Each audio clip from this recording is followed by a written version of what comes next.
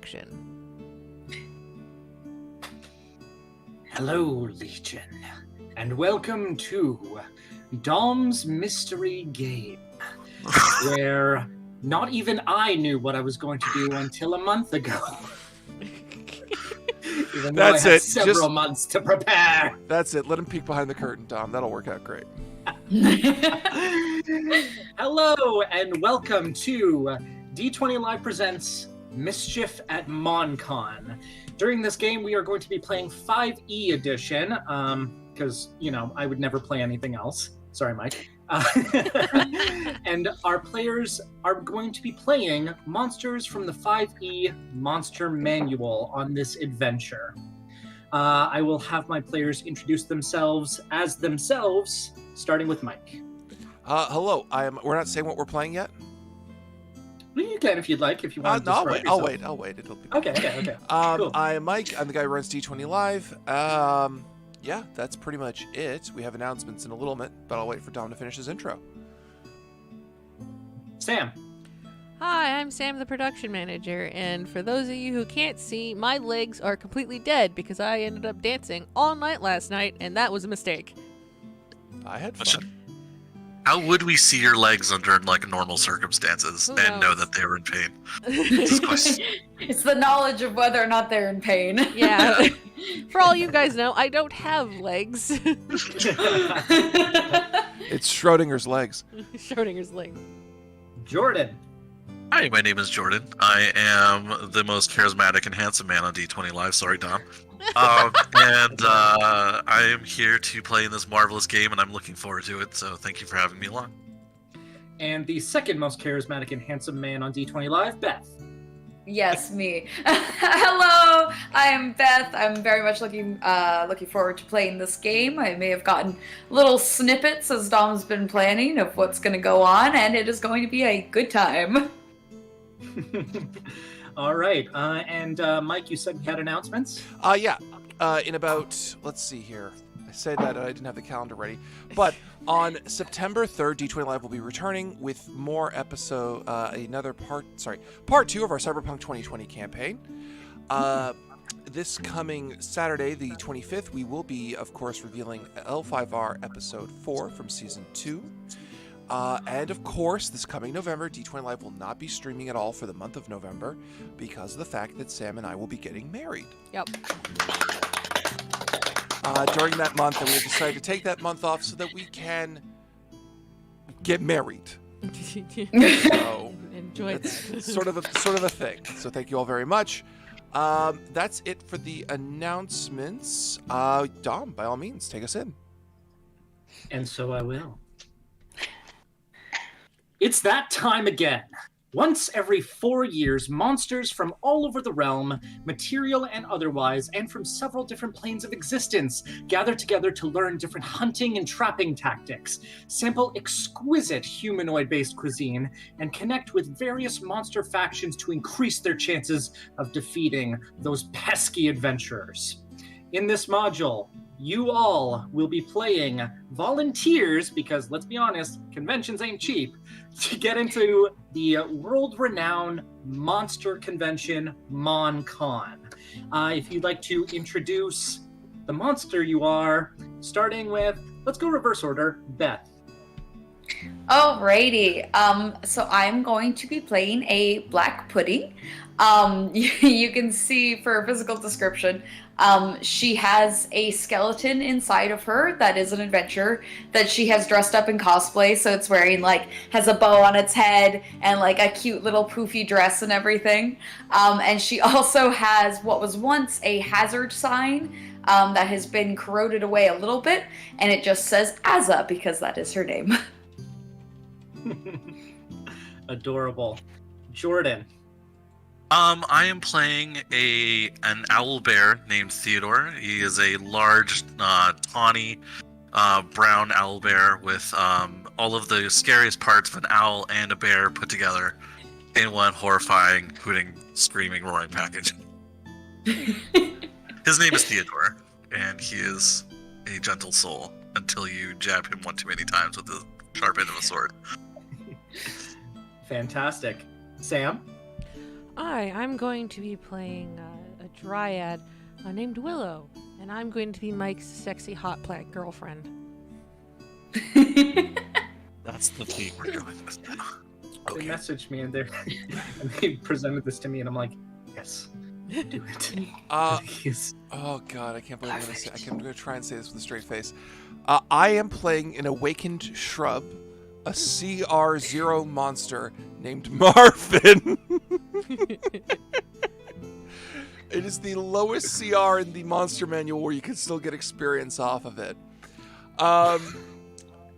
And for reference, an awakened shrub is a shrub that has been given sentience by its creator, so there's a good chance my girlfriend literally made herself a boyfriend. Probably did. We will see what personality emerges from Marvin. What am I doing? This is so... All that and more as Sam, if you could pull up the convention map. All right, 1 second. Hiya. Transition over. There we go. You can see the convention map. Fantastic. I can zoom out, so that way we can actually So- see the convention map. Let me just make sure my pings work. Let me change my color from something invisible. There we go. Yeah, perfect. Hey, we're pinging. So, you all, either together or as individuals, meet up at the convention at the main entrance. There are hundreds of different types of monsters gathered together, all forming a line which leads into registration. You, thankfully, have identification with you, which allows you to bypass the several-hour line of the convention registration and weapons check and proceed directly into security. That's this area over here. It is there that you are approached by a creature. It is a still fairly large, but rather on the small side, treant, who lumbers up to you and slowly leans down. Are you as volunteers? Who's in front of him? Is it all of us? Are we all in front of him, or is this one at a time? Yeah, you managed to sort of group up together. You're kind of just standing, waiting to see where you're supposed to go, who you're supposed to talk to, and this treant approached you. Okay. Yes, I'm here as a volunteer.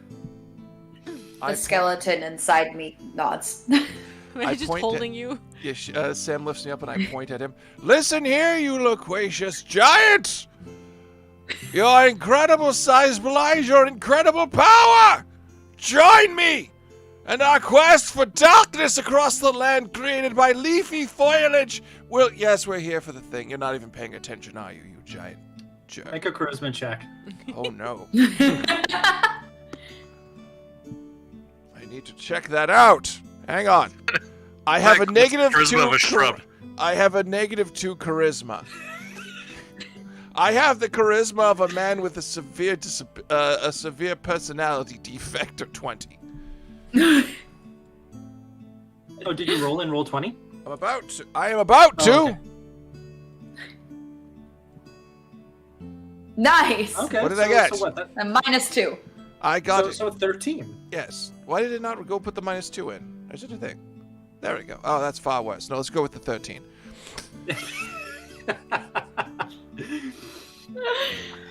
The treant sort of glances around and gives you a very gentle nod, and then says, "Perhaps we will discuss this later. Small but powerful shrubling. For now, it is my duty to welcome you to the MonCon staff. Please, take these." And he starts pulling out these small satchels filled with items. Here you will be presented with your payment for volunteering at the convention. You will also receive a full detailed map of the floor, an event schedule, and whatever else you may need in order to solve problems, including, and he sort of holds up this little cricket-looking creature, except a lot more violent.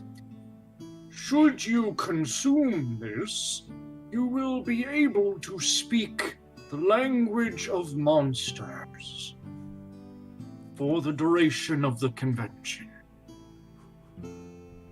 I violently open my loot bag and cram my beak into it and just massacre the cricket. You hear this?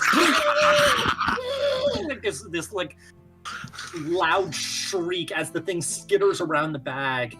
But it's no match for an owlbear. No. God, what am I doing? You have no mouth, but you must sass. You must. I raise a planty arm to him, shaking it as though it were a theoretical fist, and says, "How dare you! I lack no mouth, you small-minded old man tree!" Huh? What do you got for that now, you ableist fuck? He sort of scowls now, a little put off by your words, and says, "If you require anything else, be sure to ask me. I am the head of convention security, and I go by Russell Bridges." Russell. Russell Bridges. So Russell, got it. Because he's a tree. I understand. This is gonna have so many bad puns in it. So in relation to your problem, Mike, what I can do is I can take your cricket, I can chew it up and mush it, and then drop it onto your roots, and therefore you can kind of eat it that way. I thank you, Owl Beast, for your assistance, whose name I have not known. You will be remembered and given a place in my ascension. So can I put a giant paw on your leaves to move it out of the way, and then just kind of like baby bird the cricket onto your roots? Yes, Just feed letting me. go. I'm holding it. So basically, I'm holding it. You just basically vomit into my hands, so that way my boyfriend can eat the cricket. Yes! Yes! As I'm done, just kind of like God, I like hope. a cat. I'm like, my name is Theodore. And Thank you, Theodore! I hope my fucking plankton voice is working for the chat.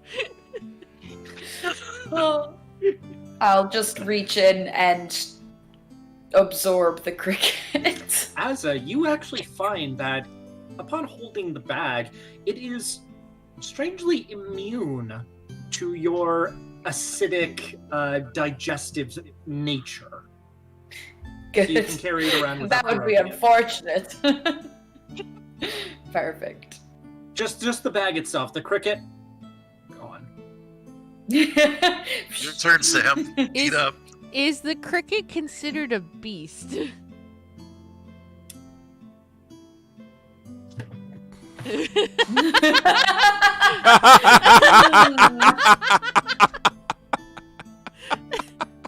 Yes. Cool. Then I actually don't need to eat it. I could just put it on my foliage and be like, "Okay, sir, I need you to translate everything that they're going to tell me." Oh my god.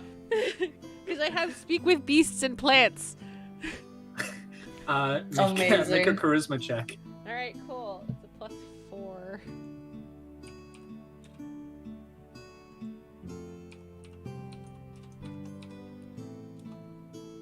Seven.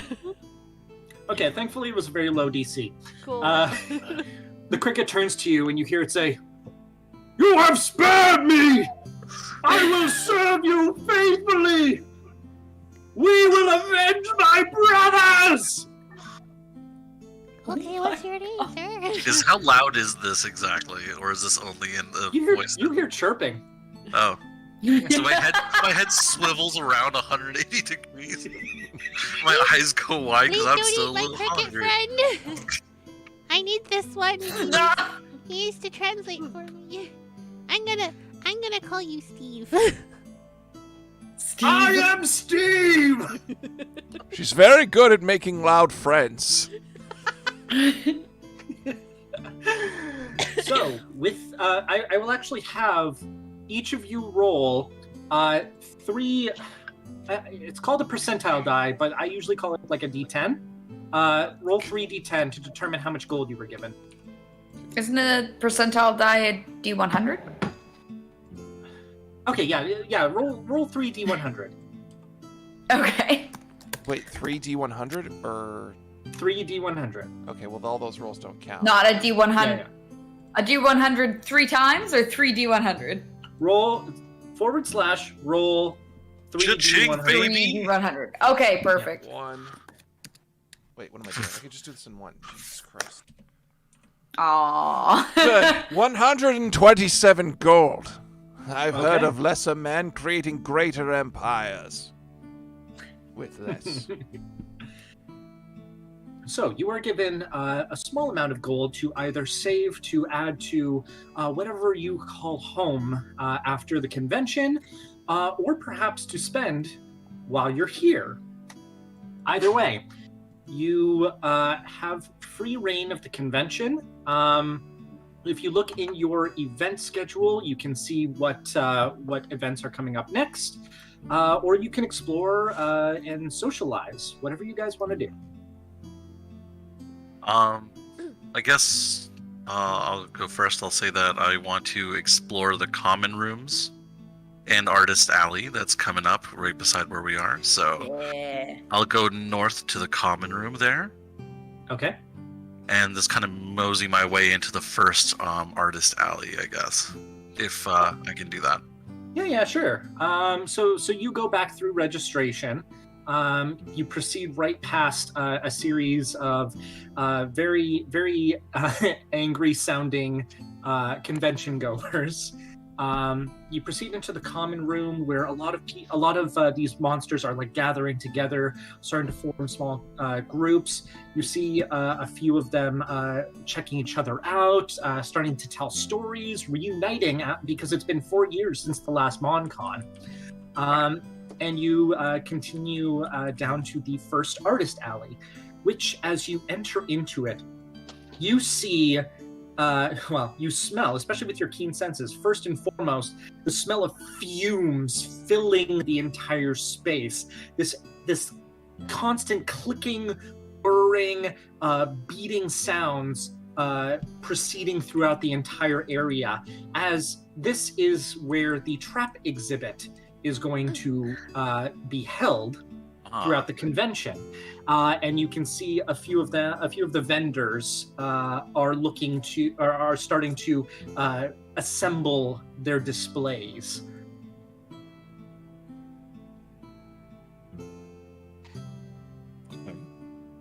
I guess I will have a look at the traps and stuff like that and see if there's any that I might recognize from my various adventures and eating of people. Okay, make a general wisdom check, or actually you have perception. Use a perception check. Sorry, just let me get my thingy. Perception +3, so I guess I just roll 1d20 +3. Yep. +3. I got an 8. I am not doing good. Okay. You're kind of distracted a little bit by the fumes. It's a little distracting, and you're surprised that there's not better ventilation in this cave system. But you do manage to spot a few signs that are up. You see Kobold Trappers Extraordinaire. You see Soul Maze Limited, and you see Phantom Company. There are a few other vendors setting up, but you don't really pay much attention to that. Okay. I guess I will just kind of sniff around and see what I can see, and then kind of I'll pass it along to someone else's turn then. Okay. I can go next. Myron, where would you like to go? My love! It is time to begin my elaborate facade of recruitment. Of course. Thank you for your support. So, with my great college education, I shall proceed to the registration and find the discontent and sway them to my cause of evil! Okay. If you're okay so with that, because you have to carry me. It's okay. Are you sure? Is there anything else you'd like to do? Oh, no, it's fine. Okay. Please, Pookums, tell me if there's something else you'd like to do at the con. All right. Very well, onwards! Oh my god. Okay, so so Marvin and Willow, you're proceeding to registration. Yes. I shall make a you- charisma roll to sway them to my side. I shall make the roll before I say what I will say, Okay. because that will determine the tone in which this would be delivered audibly to the group of people. Please go ahead. So if I critically fail, it's going to get real bad real fast. All right. Oh, shit. Oh, wow. Greetings, one and all who try to enter this domicile of evil! I am the sole key proprietor seeking to recruit the disenfranchised from even the dregs of existence. And I have called out to you to join me in my college-educated quest to dominate the world! And I'm Willow. And she is Willow! She's my girlfriend, but she has her own autonomy in life. She's just helping out. I just want to see that my sweetie gets all the things he wants in the world. She's very good to me as a person. You cannot have her. I've claimed her. Your voice rings, echoes throughout the cavernous walls. The lines go silent. The sounds of different sludges, large creatures stomping, more bestial type creatures roaring, all ceases. And all eyes turn to you. Yes, it's like my dream journal all over again. You see a storm giant look over at you and go,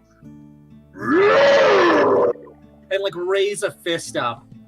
And then there's this rumbling throughout the chamber.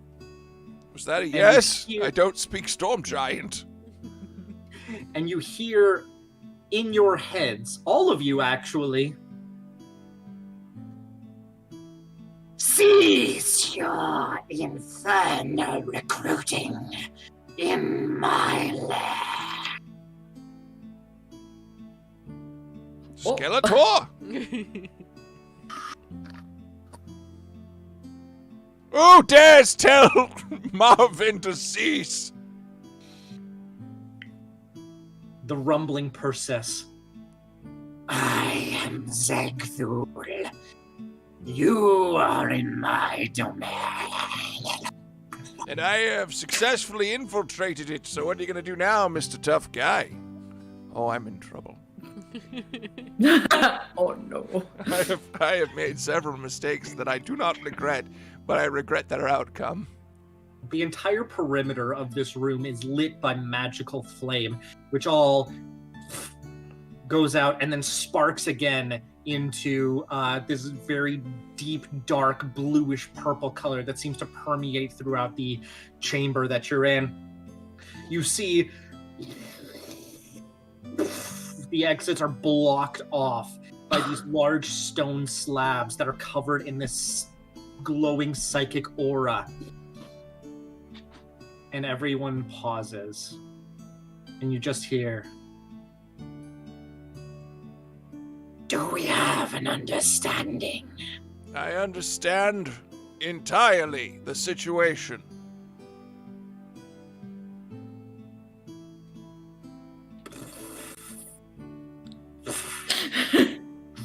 And then under my breath, rubbing my branches, I understand that you are a boob.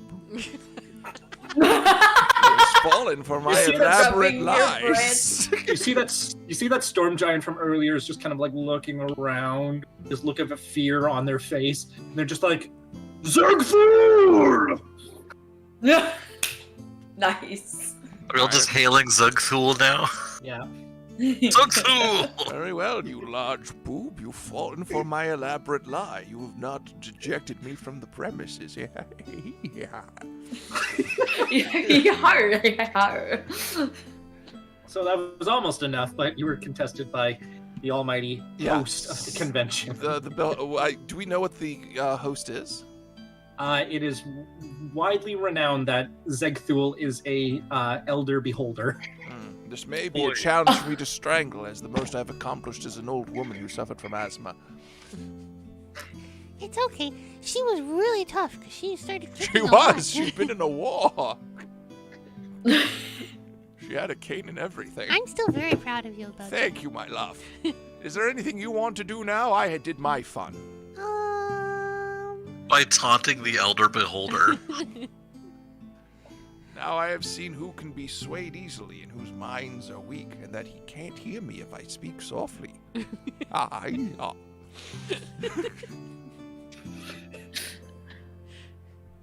Well, I don't know.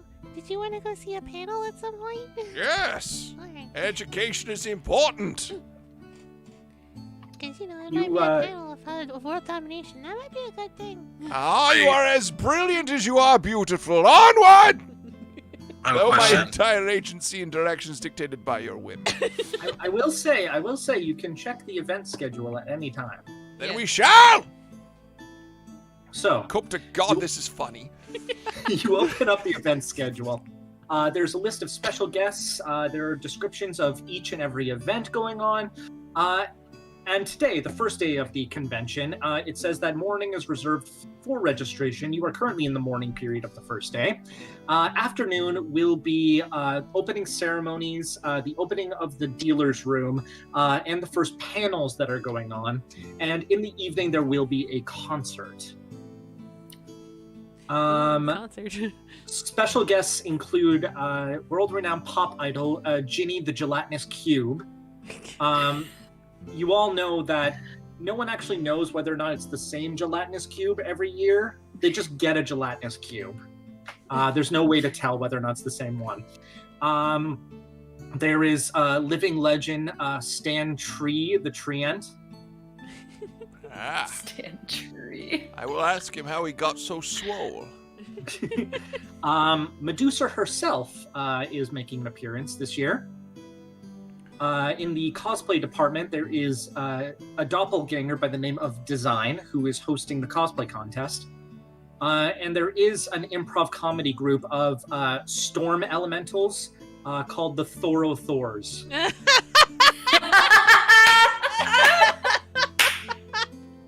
Shameless plug. Amazing. The Thoro Thor. Shameless plug. Is there one giant cloud that's just called Big Ike, and there's a littler cloud called Medium Ike, and then a little tiny cloud called Little Ike? Little Ike. Yes! Is there a succubus working the dealer's table, laughing at all of Big Ike's jokes?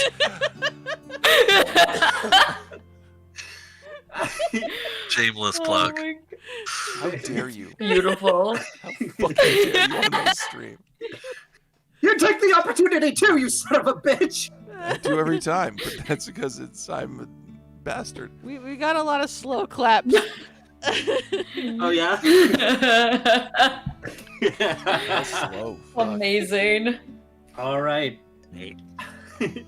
So, do we want Azza? Is there anything in particular you're doing during the morning? During the morning, I will also go to the dealer's room, but I'll go to the east, like through the east common room to get up to it. Okay. I want to see what's going on there.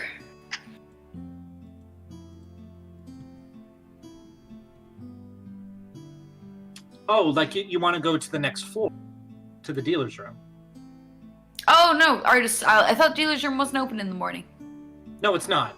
Okay. So you're saying you want to go to this common room and then up to the artist alley? Yes. Yeah, Okay, exactly. yeah. So going through the common room, you do see actually a lot of other gelatinous and sludge-like, ooze-like individuals that are showing off their catches. And wandering through this common room currently, surrounded by some security, slowly making their way over is Ginny the Gelatinous Cube. I blurble in excitement. I'll like nervously like kind of sludge my way over and have my skeleton like shyly wave at her. I'm like, oh you see Ginny sort of slowly turn, and you see that within her there are several dead things. You see skeletons that are like broken up and like strewn about, mostly digested. You see complete skeletons that haven't even been touched, with armor pieces decorating all inside her. And there is one fresh cache in there. This cloaked figure that just seems to be like suspended and just kind of like. Is he alive? I mean, you can make a wisdom check to find out. Let's do it. What is my wisdom? -2. Good. Ah, great.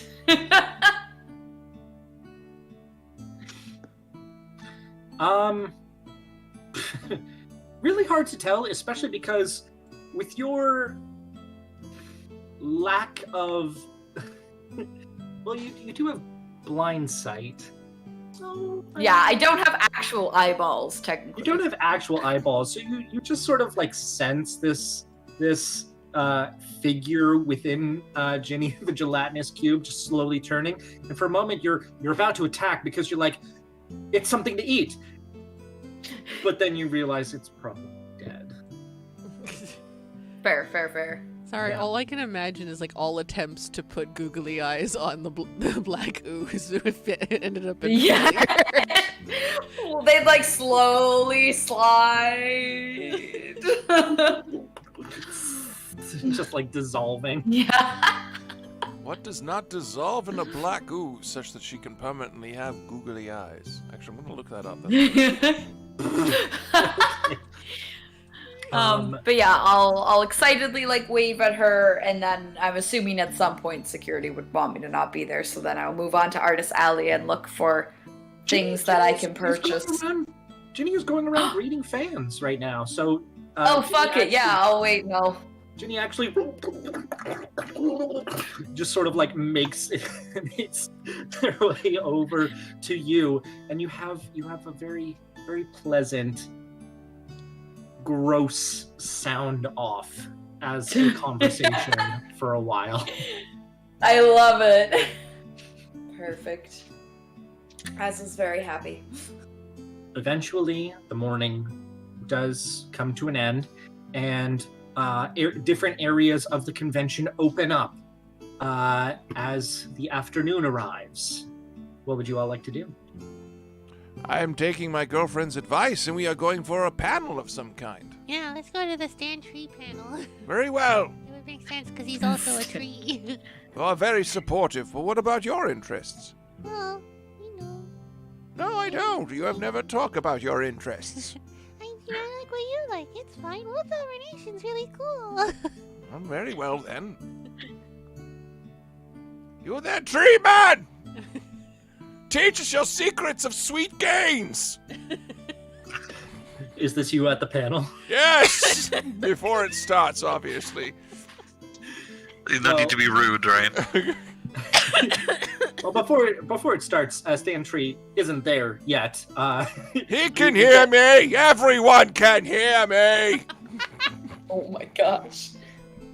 You get to the panel room and you Please. go in, Just and one after thing. a few minutes, yeah, go ahead.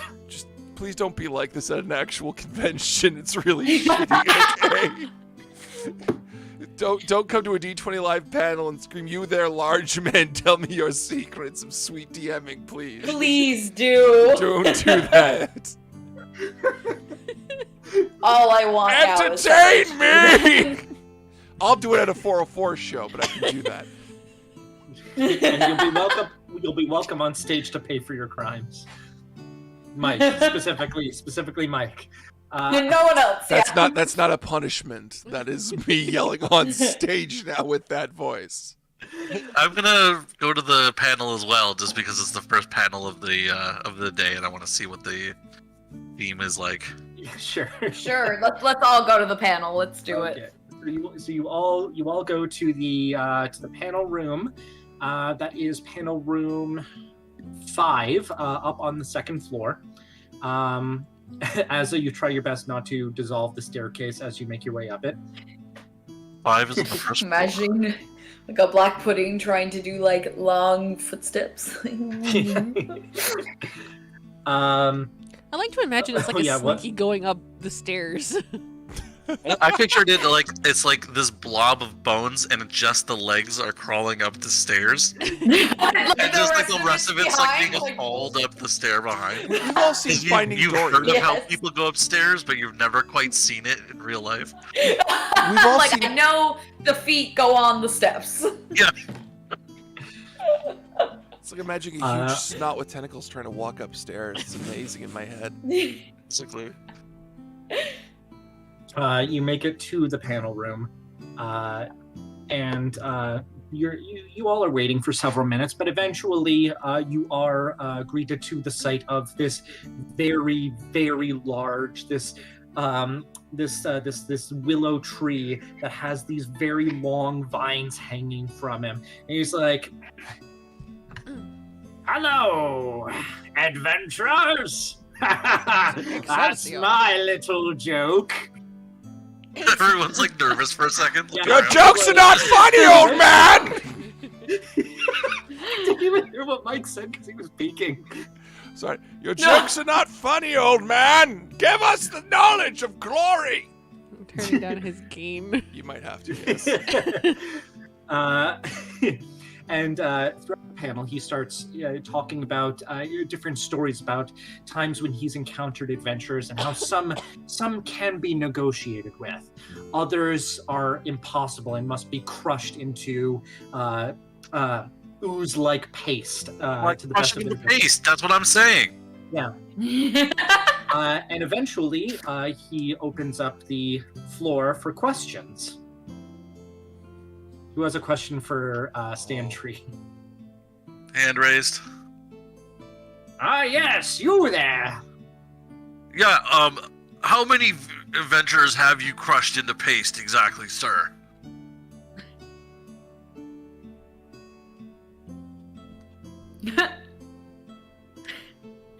Is this like a 2-hand count, or have you... Approximately 742. Holy crapperoni! I was once involved in a war. Oh, okay, that makes sense, okay. Well, Yes. And then that goes back down. High body count there. well, raise me up so that I may, if you would. Raise me up so I may make an inquiry. Okay. You there! Swole tree man! Yes, the awakened shrub. Thank you. My name is Marvin. How does one attain your sweet gains? He sort of ponders this for a second and he Like, says, how do I get to be a bigger tree like you? well, for me, primarily age and luck. Keeping away from fire at all costs. However, perhaps someday you will grow larger than that. I've heard that there are some particular fruits or magical items that give you, as you call it, sweet gains. Excellent. I will find them, and I will succeed you, old man. The future is now. Excelsior! And that's where I'm cutting off the Stanley impression. He says have luck. Look at my girlfriend. She's so hot. Fortune is on my side and has blessed me infinitely. As a hearing you talk about your hot girlfriend, nods and gives a thumbs up in agreement. I'm picturing this inevitable shrub trying to wear a belt of giant strength, and it's just tied around his planter pot. Imagine trying to put it on a branch, the branch snaps ow! As the panel starts to wind down and people are exiting the panel room, you do see 2 fire elementals that are slowly starting to make their way toward the stage, towards Stan Tree. You, as con liaisons and volunteers, what would you like to do? I'm just gonna scurry in between I'm just gonna and like man, spread out to keep a distance. I'm gonna kind of inconspicuously plant myself, no pun intended, between myself and the fire elemental and Stan. If the old man dies, I can nestle in his rotting body for strength. I mean, technically. I mean, you could, but at Disgusting. the same time, it would be really bad for our public image. Very well, then we will aid the elderly man onward. All right. Please. Thank you. All I'm right. gonna try to stretch myself as far as possible so that I can keep them separated. Fucking fire rails out the top, really, Dom? I warned you. You chose the CR0 creature. I chose humor. I need all of you, as a display of intimidation, to roll charisma. Ah, fuck. Oh. Well, that's... I have a -5. Whoa, 19. What? Oops. Yeah, you're a dryad. No wonder. Okay, so roll. Great! -1. Minus. -1! It's like you -1. smell particularly bad right now. Alright, here we go. 17 again! How am I rock starring this? Oh no, this is fucked up. I don't like it. I have a -2. If I were playing anything with a charisma bonus, I would be killing this whole convention. What the actual fuck? I don't understand what's happening. All right, so all of you storm to the front of the stage, and the fire elementals stop and sort of look you over, flickering as their burning eyes sort of take you all in. They sort of ignore Azza. They look to Theodore and sort of flicker a little bit in response, sort of almost prepared to engage. But Well, let's do it. Marvin, it is as you sort of lift yourself up and present yourself that they sort of start to back away as they see behind you the Fey presence Good, yeah, that makes more of sense. Willow starts to rustle and shake and display this innate magical presence and intimidation that eventually they sort of back the fuck off. That's right, we're away from my hot girlfriend and her incredible power. Can I say, because I got so bad when Azza was running, going as fast as possible up, she somehow tripped despite not actually having limbs, and just... You kind of fold it in on yourself a little bit. The skeleton's tangled. I'm ah! Yeah. I'm so intimidatingly hot. Yes. Oh, shit. The problem is, the only thing I can imagine when imagining Well, it is a convention. the Fae thing is that one scene from The Fellowship of the Ring, where Galadriel's on Yeah. the ring. Yes. It's just this lit up eyes, darkened skin, eclipsed silhouette, and it's just The wind blows for no reason, and you're just Oh, like, "What? How did all this will happen?" All will love me in despair. All Essentially, will love yes. me and despair. Someone turned the This AC shrub on. will so love her me and leaves. despair. Okay. After they sort of leave the panel room, Stan walks up to you and says, "Why, thank you, you lot. I will owe you one. Thank Here, you, Mr. have Tree. an autograph from me." I And would he just just know where you intend to be interred when you die, old man, so I can steal your incredible strength for myself. He ignores that, and Yeah, that's probably his version of an autograph is just peeling off some of his bark and giving it to all of you. I'm like, all in the day's work, MonCon staff, and I rake my claws across the stage. And then Treasure this all forever, and then Mr. we'll stomp Tree. off. Yes. Good. Asa will just be all excited, like, and then I'll like go to take the autograph and realize I probably can't touch it, and just open my bag and get him to put it in there. Good idea. Just putting the autograph within one of my other leaves. Yeah. There, Puka, Behind your ear, like a enjoy little the flower. flower. Yeah, I Tuck it in. did. I got to meet Mr. Sandtree. And you got his autograph. I did. I You didn't should think put it I in your would. live journal blog. I know, I should. We're really nice. Make it your display picture. Yes. Okay. So the afternoon comes to a close. It is now the evening. I assume you all want to go to the concert. God. Concert. Concert. I'm like, a black pudding I'm made to jiggle. This will be great. So performing at the convention, it is Medusa herself, and she does put on a very beautiful performance. She, of course, is wearing some form of preventative eyewear in order to keep individuals from turning to stone in her gaze. At one point, a frivolous fan, a mind flayer, jumps up on stage and like starts dancing, and she very quickly turns him into stone. Nice. I'll take him and just kind of like haul him off as stone and like go to carry him away. And then like because he's big and long, lanky and probably oddly shaped, I accidentally drop him a little bit. No. Like, oopsies. Wait, I have a brilliant idea. Give me his head. I was gonna say, Theodore, go ahead and make a claw attack for me. Claw attack. Yeah, I just want to see Nice. how much this thing is damaged. Well, let me take a look and see.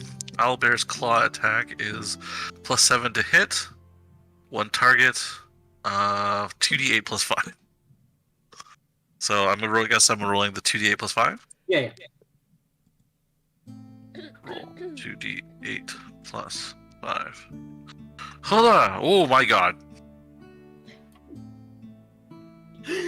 You Nice. fumble it and you go no, and you like swipe to catch it, and you take the mind flayer's face tentacles right off. Oopsies. Nice. They go flying and smash into one of the opposing walls. Jordan, You what's gave him a little shave. what's your owlbear's name again? Theodore. Theodore, I have a brilliant plan. Would you loan me that head for an indeterminate period of time, and you will not get it back?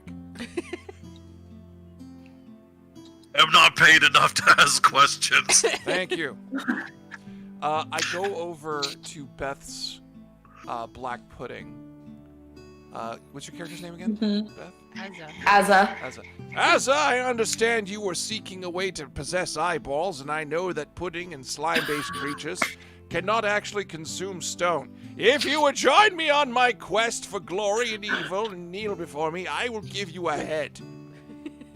Oh Made of my stone. gosh, an entire head. It has eyeballs She'll in go, it. It's a package. Is that a yes? I don't speak slime. The skeleton claps All right, here you go. and gives a thumbs up. All right, here you go. I'll take the head. I'll put it on the ground. I don't want to get sucked into that experience. Oh yeah. We'll just Just like, and I'll just like free throw it right into the mass. I'll knock off the skeleton's head and take the bow off of it and put the mind flayer's stone head with the tentacles chopped off on top of the skeleton head, and then put the bow on it again. Yes. Just it's like vaguely head looking at this point. Yeah. It's missing a lot of pieces. Of evil. That's really nice, Laura, but I'm glad you're making friends. It was a bit of power designed to increase my standing. Also, I'm glad you're proud of me, Pookie. Thank you. As Medusa is performing, the crowd is going wild. They are loving her. You do see that she is using, in order to project her voice, the sphere of magic, which is tethered to something backstage, but it's allowing her to be heard throughout the entire area. And at one point you hear a What? as the tether is pulled back to the orb that she's holding, and the light fades from it. And she's still singing, but she stops as she can no longer be heard by everyone else. Let's run to the back. Oh no, audio problem. This is for Beth specifically. Okay. Yeah, I'm ready. You make it up backstage. People in the crowd are like sounding confused at this point in time.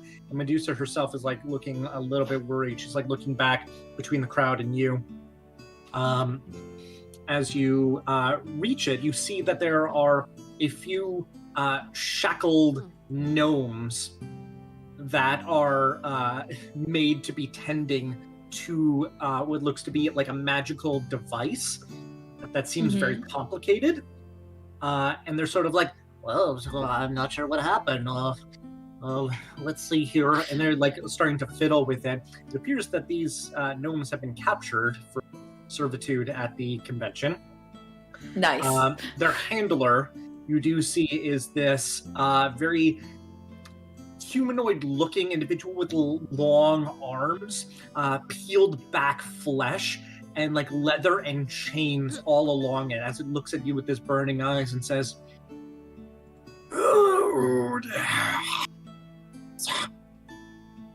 I take out the volunteer badge.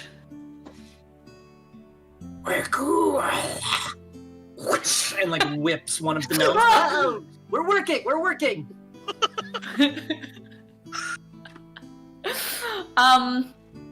Is there anything like obviously wrong, like with the line, or like? Make a perception check. So that just be straight wisdom. Wisdom. Oh boy.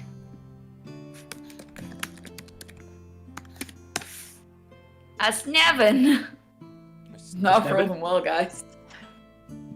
Hang on. Nothing that you Someone notice. help. What are we rolling again? Okay. Perception. Oh, I don't have. You that. can roll I do. perception to survey the area, or you can roll wisdom for that, or you can roll intelligence to actually investigate. All right, it I only rolled- takes me rolling a d20. I rolled perception.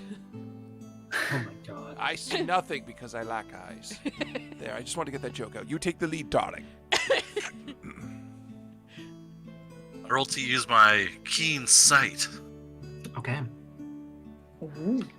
So, Theodore and Willow, you two are sort of like looking around this device, sort of like sniffing at it, trying to detect any sort of magical presence with your innate fey senses. You're sort of, Theodore, you're sort of like, you pull the mechanism back to sort of like look behind it a little bit. Willow, you turn your attention to the gnomes. And you see that one of them has this like gem in his hand, and is sort of like holding his hand in his pocket while using the other one to look busy. Okay, I will use my Fey Charm then.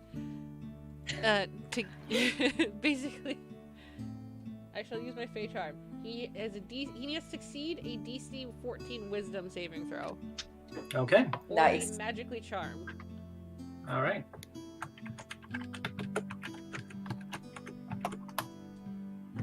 He fails. So I just look at the gnome and I go, "May I have the gem, please?" And the gem, the gnome jumps for a second and like looks up at you and says, "I don't know what you're talking about. I don't." Why, yes, of course. I don't see why I wouldn't. Here you go. It goes right in that slot there. Thank you. I'm just gonna Take that, you lawn-dwelling peasant. Is there anything else I could be of service of for you, Just my lady? Just keep doing what you're doing. It's a good job. And you see that his handler's like, "You won't be doing it for long," and like reaches down and grabs the gnome and like walks him back to an area you cannot see. Oh boy. Oh my. I think that gnome is dead. Holy shit! This got out of hand real fast. Oh, at least I There's like wasn't squeaky toy noises from behind the curtain. Everyone knows when gnomes are Sounds like disciplined, you they make cracked the squeaky toy ribs. noises. The only thing you hear amidst the sound of brutality and screaming is, "Please let me see her one more time!" I think he likes you, darling. Oh, you know. You have a problem with guys looking only at your appearance and not your soul. Yeah. It helps that you have a boyfriend that doesn't have eyeballs. Yeah, you see me for me. Yeah, it's a very sweet voiced lady. Oh. So, I love that he can't see her, but still constantly is like, my hot girlfriend. I Best occasionally boyfriend, sleep on 10 out her of 10. torso. I have a rough idea of the proportions.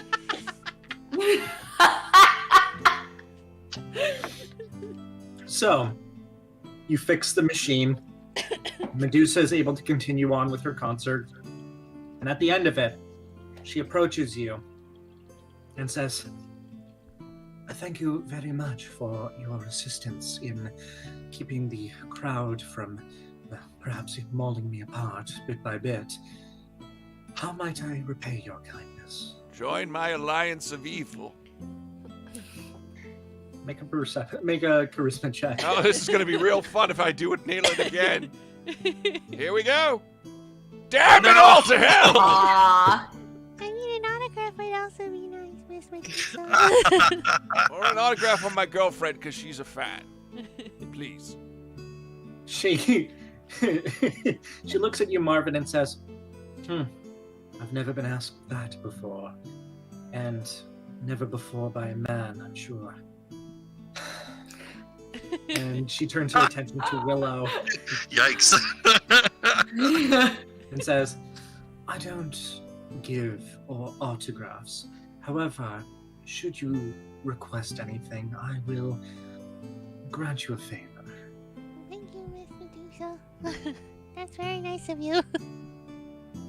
And she Seems like a lot more work than a autograph. walks away. See that, honey? You made a friend. Ah, I'm very happy. Now she owes you a debt of blood. Oh my god. So, the first day of the convention comes to a close. You all venture out into the swampy wilds where Zegthul's hideout is. Find a place to sleep for the night, and awaken the next day for the second day of the convention. Alright. There, throughout the day, in the morning, there is a coffee and tea house being held on the outdoor veranda. Yes. There is a panel by Design, the cosplayer. Oh, man. In the afternoon, there will be more panels. The trap exhibit will be open. Dealer's Room and Artist Alley are open all day. And in the afternoon, the cosplay contest will also be going on.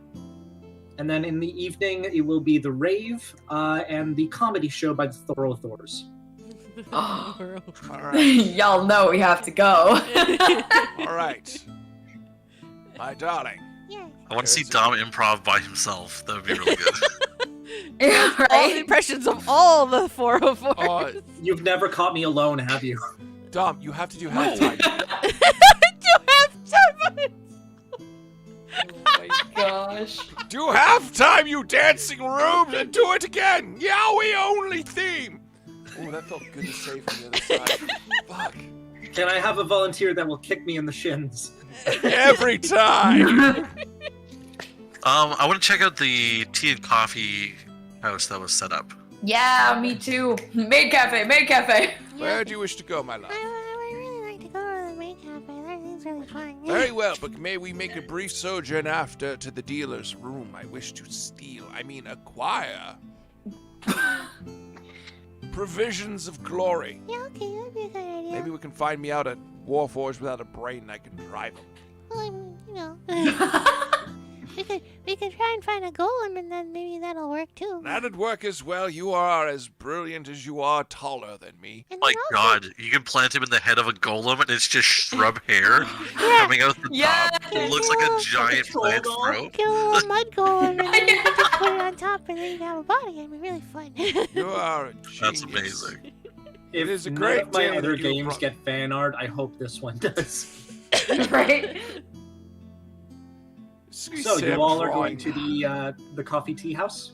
Yes. Yeah. Yes. So you make your way there, and you find that there's, first of all, a very long line, which you as volunteers and staff are able to bypass in order to be treated to a lovely breakfast. Yeah. You see that on the specials board, written in a substance, very red liquidy substance. It says, special of the day, gnome. I hope they ethically use all of the gnome. You hear one server, we didn't. Well, then you're just wasting it. May I have the remains to make a fertilizer? The gnomes dwell mostly in the grass, so I can use it to sustain me. Okay, well, we'll get you some gnome fertilizer. I'll go for the gnome pate, because that sounds delicious. Yep. Gnome pate hors d'oeuvres, yum yum. You do see that behind the counter, there is, in this jar, this lifted off the ground through some magical means, this slowly turning, very delectable, very tropical, very, red, orange, yellow, spots of green on it, fruit that is suspended and is magically glowing. And it says on the jar, 500 gold. Ooh. That's a lot of I don't money. have that much. Nobody does. If we pool our funds together, we will. I have You a can plan. get a fruit. I have a plan. It's terrible, but it will work. For I appear as a normal shrub. I walk over to the plant and remain very still. Thus I look like I'm part of the plant. And when no one is looking, I take it. Fruit, that is. What else would you have taken? Well, the whole plant. I mean, I could talk to the It's plant. just a fruit. Go ahead. Hello, Mr. Plant. Who are you? Sorry, are you talking to somebody? I'm talking to the plant who has the fruit. So the servers appear to be demon in origin. There's the plant. The fruit isn't on a plant. It's floating magically. Yeah, and I mean there are bits of foliage here and there, Oh, okay. but there are no like sentient plants. Oh, okay. Then never. Well, no. It says I can talk to any plant, as if they shared a language. Oh yeah. So you just want to talk to any of the foliage? Yeah, I'll talk to the foliage. Okay. So you see some vines that are like hanging down, which have some like glowing flowers attached to it. And you walk up and you sort of connect with them magically. What do you say? Hello, Mr. Plant. Do you think you could tell me about the fruit over there? Hi there. Terrifying. I'm a vine. Hi, Vine. Nice to meet you. Hey, nice to meet you too. I'm Willow. Hello, Willow. It's a pleasure to meet you. Do you think you could tell me about the fruit that's over there? I've never seen this kind of fruit before. Neither have I, because I don't have eyes. Oh, that would be a problem. I do know it is very warm. Oh, It's making me feel things. it's making you feel things. What kind of things? Yeah, it feels like magic. Oh, This is one fruitless conversation, but on phone. So do you think that this magical fruit is from a different kind of magical plane? There is no way in hell I have any idea. Oh, okay. Well, thank you, Mr. Vine. That was very informative.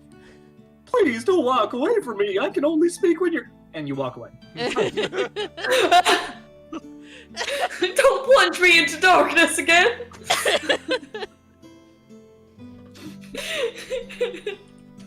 So the vine says that this fruit is actually magical. Very well. I will Hey. consume it for strength. Oh, so it costs Gives it- 400 gold. I intend to take it. Can I corner one of the waitstaff and just be like, "What is fruit?" And like point with like 4 viciously What is- sickle-shaped claws at the fruit. This, Why fruit? Why? What is? this male presenting succubus approaches and looks at you as you speak to him, and looks back at the fruit and looks to you and says, "Why, that is a fruit of immense size. You sound like found it- Treant. We found it at no, I have a much more suave sort of voice, which I didn't really get into because I was doing very small, broken sentences. Thank you very much. It's all right. We always get confused for one another over the phone. Understandable. It, when consumed, will allow the consumer to grow 2 size categories larger than they currently are, and grow immense strength from it for a short period of time.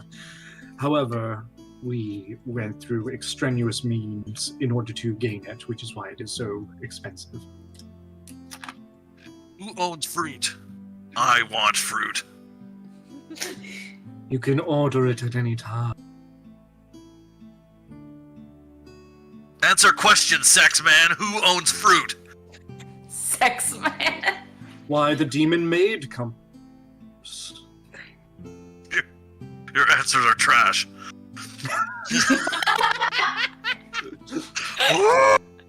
Welcome just to kind of D20 like Live, where we sit shred a we tree. sit on convention culture for 2 hours. So I go back to So Mike, what was your character's name again? Marvin. Marvin. I go back to Marvin and Willow and say, "Fruit makes you big. Fruit makes you strong. But fruit is expensive, and Sex Man has poor answers." Then we shall take As it you're from saying this, I'm going to like move myself to describe it. You're like, fruit makes you big, and she like gets taller, and fruit makes you strong, and her skeleton does like a eh. Oh, I have an idea. And it's brilliant. We're volunteers, so we could just say someone requests a fruit and they'll be redeemed at the con office. Not going to lie, don't want to get kicked out. Need this job for resume. It's a volunteer position. Resume! All right. Jesus Christ. Very well. It falls to me to acquire the fruit. Marvin. What's that? I'm pretty sure stealing it is not a good idea. That's an I've strike. Okay. Free lady, how much money do you have? Well, I have 161 gold. Land. How much money do you have? A man's wealth is measured by more than his financial. I have How 100 much money do you have? I have 127 gold. I rustle around and I have my sack of money that I have, and I hand it to Marvin, or I kind of place it in his pot. And say, "Take money. I have no pockets anyways." Neither do I. You put it in her hands. Buy fruit, become strong. Is this Kill science? How much man. money do you guys have all together at this point? I Lot. can't do math. It was Something I have 200 plus 127. 365, 365 plus Sam's. 400. Well, how much I do you have have again, Sam? I have 400. 161. Yes, we broke 5. How much do you have about 520? Yeah, my fruit. Yeah. Theodore's agent of chaos wants to see what happens next. We feed it to the weakest member of our party. Let's see what he turns into. That would be you. So you say. But I make up for it in my college education and moxie. You can make up with it in real things called strength. I do have the physical strength of a man with a cramp in his leg. Very well, I accept your offering of strength. Actually, I have a strength of 3. I am officially a weak baby. No, you're a plant. The It's awakened fake. shrub is not your fault. I am not. All right. Whoever so did this to you was cruel. So what are you doing? I know for his size. He's compact and I can carry him. Very well. Well, Fruit if that was peddler! succulent, he would have been able to defend himself better. Fruit peddler! Yes. I want one of your fruit. The purple one that looks like a lock. I have You're 500. going to have to pay for it with money, not leaves. Here you go, 500 gold and a shit. gold coin to shut up. I flick the gold coin at his head. Bing. That's right. I'm a volunteer at this convention. Didn't see that shit happening, did you, hot stuff? So I'm gonna He's speechless. He Good. takes the gold and I'm gonna- walks to the counter. take the succubus man by the face with my large paws, just push him out of the way, Who wants to rumble run me? over, knock the thing off the plinth, get the fruit, and be like, grow big, shrub man, and I shred it into his pot so he can digest it. So what? With his So, Oh my okay. gosh. Wait, right now? Doc, Right now! Is this the fruit I told you about, right? Basically. This is a fruit. Okay. It is A a fruit with magical properties. All right. And you were told that the effects last a while. Cool. Let's. Well, here's the thing. If you eat it, but if you plant yourself in it, what happens? I start sticking my roots into the fruit. I feel like you'd be able. I feel like it would be the equivalent of eating something very slowly, so you could like continually get the effects of it. Or do through the power of plantmosis, do we become one? Do we become one plant? Yes, plant Moses. Makes sense to Owlbear. You watch. You right, babe? Honey? You all watch as I have- Marvin Darling. starts to grow larger and larger. He exceeds past the medium size category and goes straight to the large size category. Yes! Mike, your attacks no longer do 1d4; they will do 1d8. Your Nice. size category is larger than your current one, and your hit points are tripled. Okay, all right. Fine. Whoa! And He is real boy now. because you are not consuming it at the same rate, I will roll a d12 to see how many hours it lasts. 1d. Okay, Nice. so that's 1d8 damage plus what? Plus your strength. Of fucking nothing? Then fucking nothing. All right.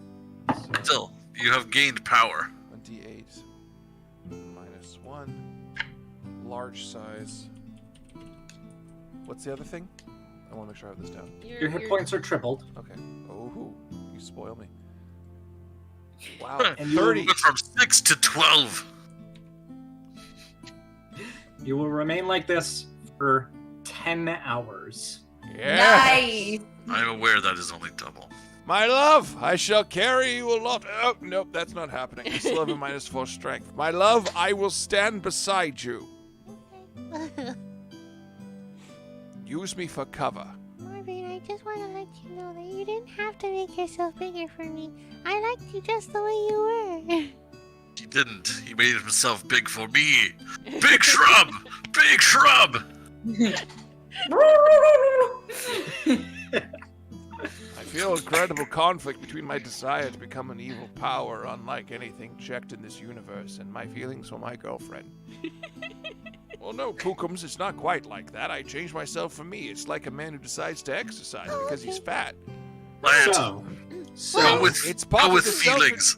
Universe not going anywhere. So, the morning comes to an end with that. It is the afternoon. There are panels you could possibly attend. You could see the trap exhibit, cosplay contest. You could go to the dealer's room, or you could go to the artist alley. Whatever you guys want to do. Mike and I wanted to go to the dealer's room. We're gonna steal shit. Okay. What are you looking to steal? Anything that could benefit a tree's martial capacity. Are you okay, honey? I love how the chat is like, now everyone is staring at Sam's bush.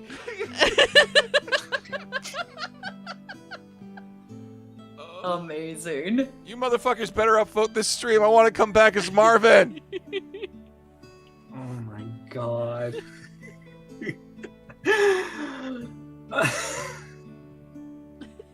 Alright, so dealer's room. Azza, what do you want to do? I want to go to the trap exhibit. Okay, and Theodore. I will. Where's food? Theodore needs to feed. There. We were just at a cafe.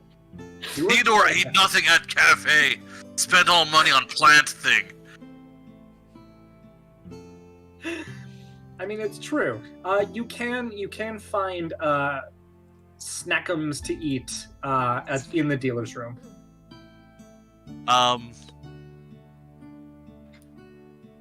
Let's go to. I'm gonna roam through the common rooms, and unfortunately, I'm gonna see if I can hunt something. Okay, we're gonna start with that. Okay. Theodore is hungry. Theodore does not want to cause a scene. Are you These okay? So you want to do that stealthily? These things are warring within Theodore. Sorry, the chat just went, how did Marvin finance his evil schemes? A hedge fund. Nice. Yes. Boo. Theodore, make a stealth check.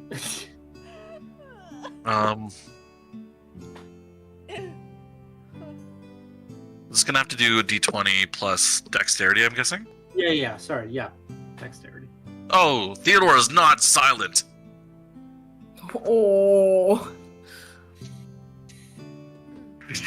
So Half an hour later, Theodore is found with the blood of the innocent on his beak and claws. you are chased out of the current common room as you ripped some hunted ferrets off of a line that was being carried by an ogre who was chasing you out of the room like, stupid bear thing, like trying to attack you. Ferrets were already dead. Ferrets were not consumed. Ferrets were fair game. Amazing.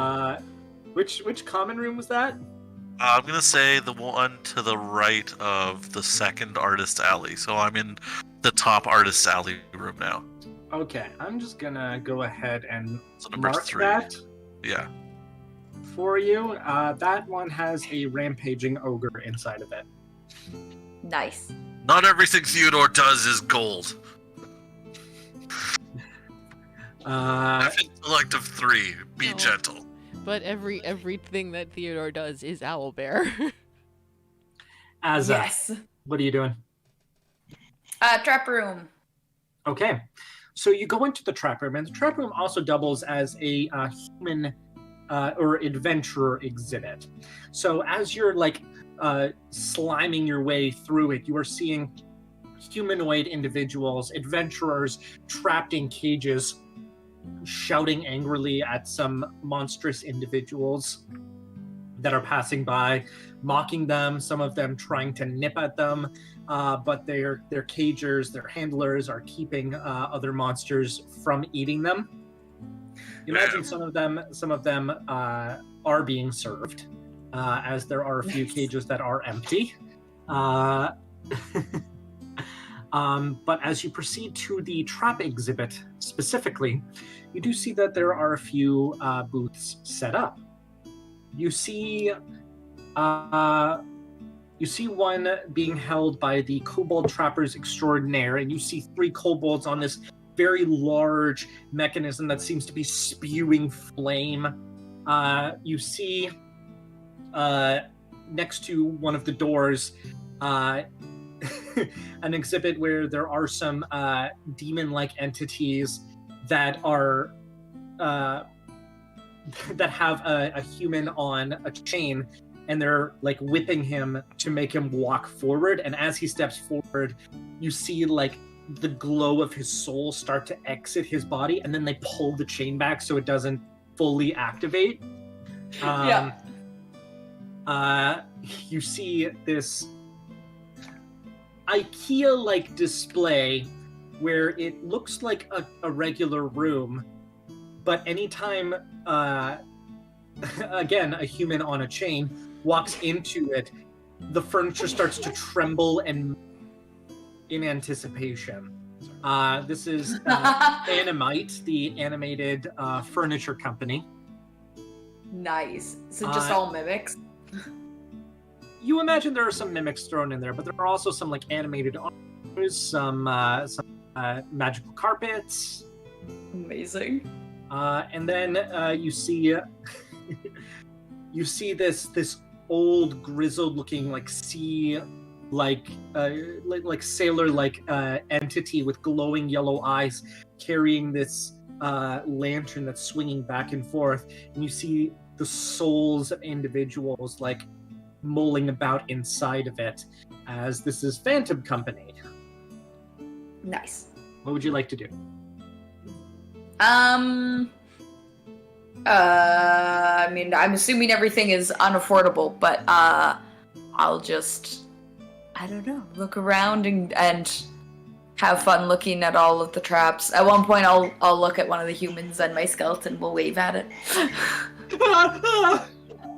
Okay, so you're kind of just looking around, thinking about how lucky you are to be alive right now. Yes. Yeah. Beth recently showed me Hamilton. That's where that came from. Yeah. Okay. All right. So you're just looking around. Yeah. Marvin and Willow, you both go to the dealer's room, hoping to case the place. Very well. I will use my incredible perception as an awakened shrub, which would be based on wisdom, which is 0. Yes. Let's rock this shit. No idea the result was. I was checking my money. I see nothing because I lack eyes. Would you like me to look for stuff for you, sweetie? That would help. Yes, please, my love.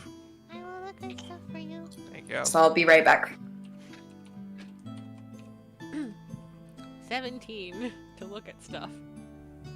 17 to look at stuff. Okay.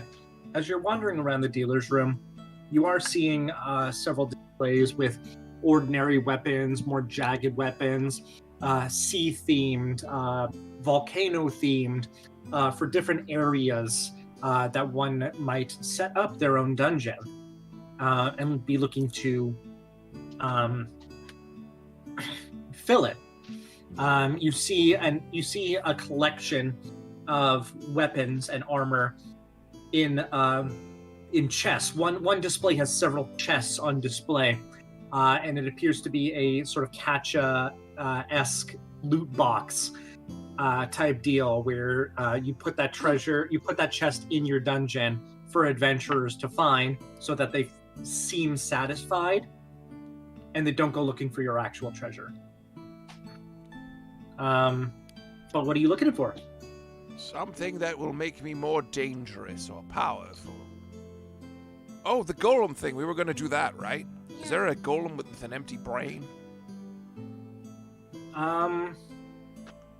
With that check, you do see set up near one of the exits. There is this large, just about as large as you right now, Marvin, structure. Humanoid in its shape with 2 arms and 2 legs.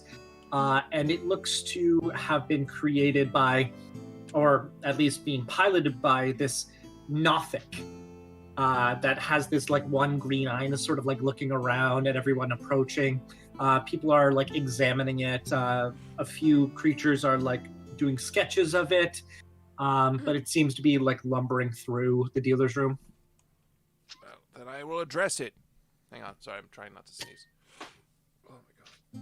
Oh, Jesus. You okay, baby? I just wicked need to sneeze. Okay. You there, lumbering one. Hello? Oh, hello? Hello? Why are you ignoring me? The lumbering one does not respond, but the Nothic that is piloting it, looks down at you and says, "Get away! Get away! Make room!" Wait, that means something. I know that voice. That is the voice of a smalling! Show yourself, pilot! Can you even see me? Do you have eyes? No, but I can hear your fear. And you stink of it. Fear, that is. I feel no fear. I'm in Mac. What is Who it? dares approach me? The greatest plant in the history of the world. And I'm Willow. And Willow, who's my hot girlfriend. Hello. She's okay. Fuck you! How dare you shame my woman! You smart-mouthed little short thing. Listen here, you little shit. I will climb up on your business and end you. Show yourself to me. I'm very out in the open right now. Are you? Or are you hidden within that carapace you call of skin? Willow, you look up and you see the Nothic's head like poking out and looking down at you two. He's on the top of the golem. Then he is exposed to be strangled like the old woman. And I proceed to climb up the mech.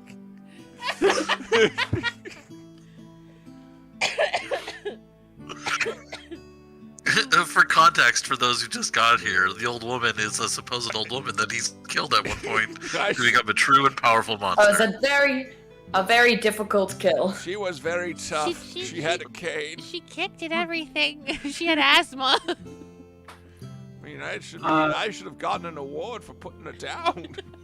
Mike, make an athletics check. So strength. Oh no! I gotta see this. Yes! It's actually really good for a person of my weaknesses. You lift up off the ground. And you're just like pulling yourself up this golem's chest. It reaches for you and it's trying to get you off. You can't grab when you can't feel. Oh. What? Get off! Never relinquish your steed. It's gonna make a contested escape from grapple check. Of which, Scheiße. Oh! It just throws me against a wall. You feel yourself get grabbed by both of these golem arms and very painfully ripped off and thrown to the ground. Huh? You can't kill a plant. We have osmosis and mitosis and chlorophyll. Well, you can't kill what you can't catch. And you, Oh, I'll get you. Can I people have to dive out of the way. Yes, go ahead, dear. cast Is he making a Entangle? ruckus? They're making a ruckus. Hang on, Sam has an action. Can I cast Entangle?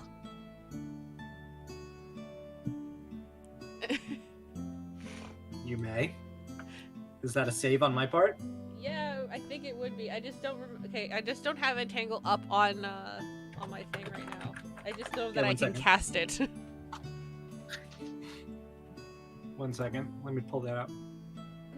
I can just do it at will 3 times per day. You turn the area into difficult terrain. Yep. Strength saving throw or be restrained. What's your DC? I'm going going to assume it's 14, considering that's what also the Fey Charm is, so we'll say 14. Okay. Fails. Oh, no.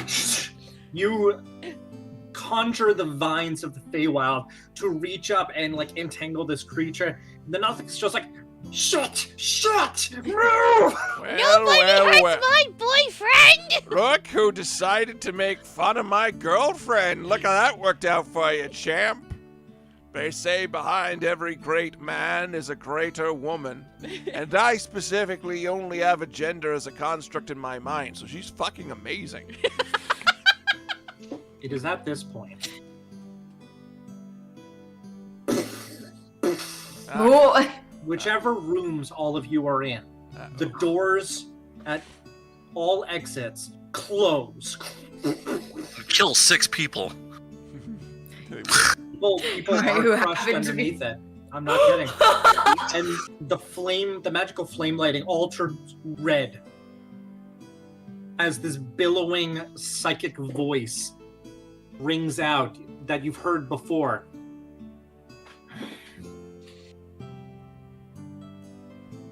The convention is under attack Uh-oh. by adventurers. Oh no. Like, hell yes! All volunteers proceed to the first floor common room.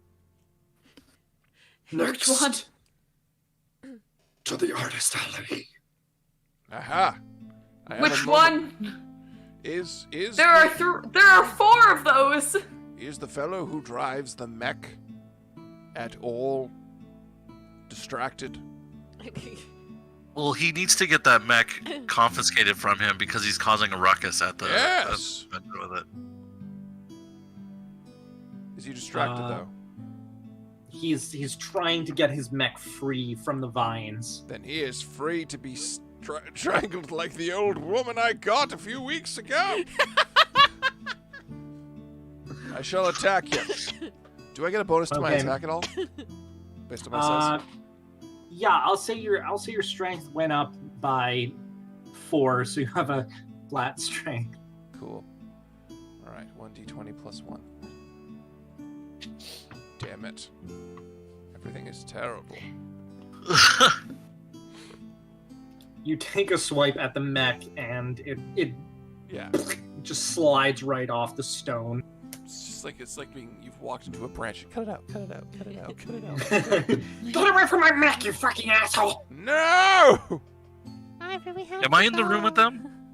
No, because you went somewhere else. You Yeah, went it's to true. the common rooms. Wait, what was I that? did, Dave? but I got chased out of the common room, didn't I? Yeah, you did. Oh, what did you But say? more into the Yeah. artist alley. They are on the other. Oh. Yeah. But either way, you all have been summoned Yes, to the common rooms. I have been. I sledged my way over. The doors are open for volunteers. Confused and panicked guests are like diving between each of the rooms. People unprepared for this turn of events. This is the first time adventurers have ever attacked MonCon. You all make your way down there. The ogre has stopped raging at this point, and is looking for its own shelter. I put my claws in there and I'm like, oh, calm down! M. Owlbear! Hoot! So he is.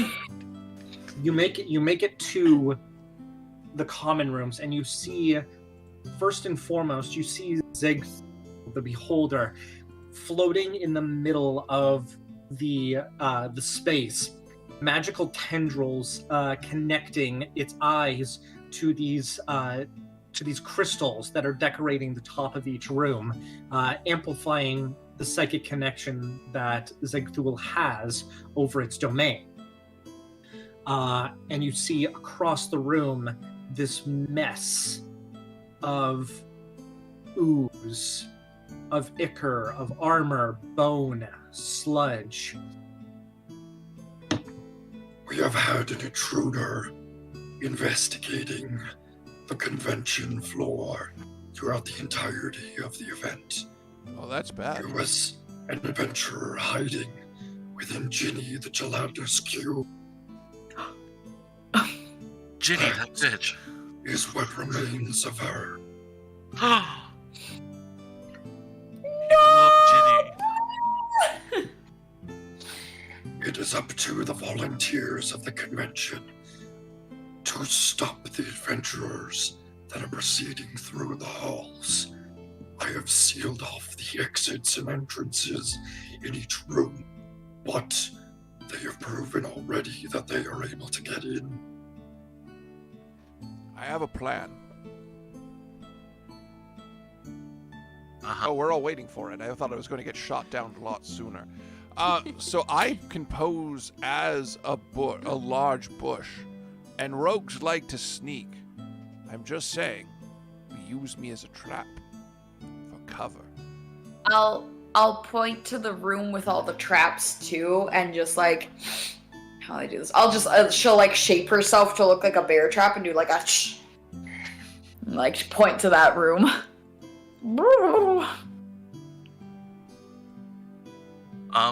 I like the idea.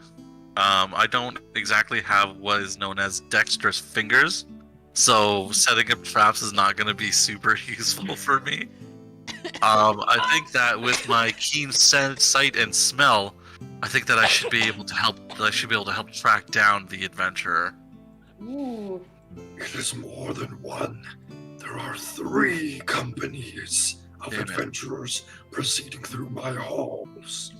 Well, we have to find them. Currently, I have them sealed off. One group is here in this common room. I start sniffing, smelling around. Want to make a perception check. That would be a good Another call. group is in panel room 3. And then the third is following behind, currently in security. Like, shouldn't security be on that though? Security was decimated. Wow. Oh gosh. Oh no, the giant Trent. He's dead That means his now. body is free to be used. It is. Oh, Medusa. Is Medusa in this room? You can take a look around. Yeah. Can I make a perception check to smell for ne'er-do-wells? You may. I rolled a 12. Which is, should I do perception to find a Medusa? Or Okay. investigation. So either I'm not wisdom gonna or make intelligence. those rolls. They have gone badly. Those for are me. both bad. 8. 18. Alright, I'll roll Damn you and your actual stat line. Right? it. So Medusa isn't in this room. You know that guests are hanging out in the green room when they're not needed, primarily. Oh, it's upstairs. You don't smell any adventurers or ne'er-do-wells within the current space. Wait, hang on. Is there a tree in the green room? And is there a tree here? You look around, and you do see that there is a tree in the corner. And I mean, you could ask Zegthul if there's one.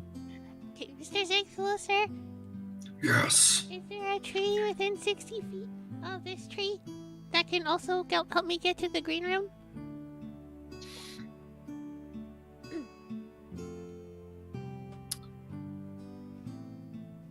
not within 60 feet. However, if you go to the stage A, I will open up a secret portal which takes you to the green room. Ooh, damn. There are several secret passageways. I will highlight some of them on your maps. Excellent. Okay. Nice. I'll show that. Alright. Well, then I can go and try and find their way in order to get up to the green room, and everyone else can lay traps. And then I'll go and get all the other people from the green room, and hopefully we can help get people. Yeah. Pookie, You must get people to the emergency exits as well. Okay. Pookie, Yes. you can do this. Oh. Very well. Let us proceed to lay traps. I will come Okay. back for you and your robot. Say, glaring at the men. This is the trap room, though, right? This one. The trap exhibit is here. That's the Isn't that first- Artist Alley? Yeah, in the lower artist alley. Oh, okay. I understand. And then the artist alley with art with pictures and the like is the upper artist alley. Alrighty, then let's go to the trap room. Ba-ba-ba-da-ba. Okay. So you make your way to the trap room. Along the way, Zegthul speaks out to the group and says, I will provide you updates along the way. If adventurers break through my barriers, proceed to different rooms, you will know. Okay, sounds cool. I'm gonna go towards the stage A, so that way I can get to the green room. okay. So you start going through the different rooms in order to get to stage A. All right. You make it there and you're sort of looking around. This is where Medusa's concert was held. And the lights all go out except for a series of lights which light up around this enclosed, sort of cut off area. Zegthul very clearly indicating to you where the portal is. Okay. Well, then I'm gonna go to the portal. Okay. So you make your way to the portal, and you're teleported up to the next floor. There you emerge out of a similarly cut off area into the green room, which is in itself very green. It's this outdoor area which has a lot of like foliage and the like around it. And you see Stan Tree is there, you see a couple of the Thors are there, and you do see Medusa. Alright. I'm going to go. Esteemed guests of MonCon, we unfortunately have some adventurers who are currently storming through the halls in the lower area. We require some assistance considering the fact that you are all much more powerful than the rest of us volunteers, and hopefully that will help. Please. Make a persuasion check, so charisma. Hiya! D20 plus 4. Hiya! Woo! Whoa! Yes! We don't have to do shit.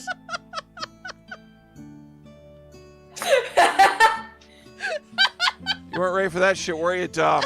No, I wasn't! That's why he's my Pookie. There we go!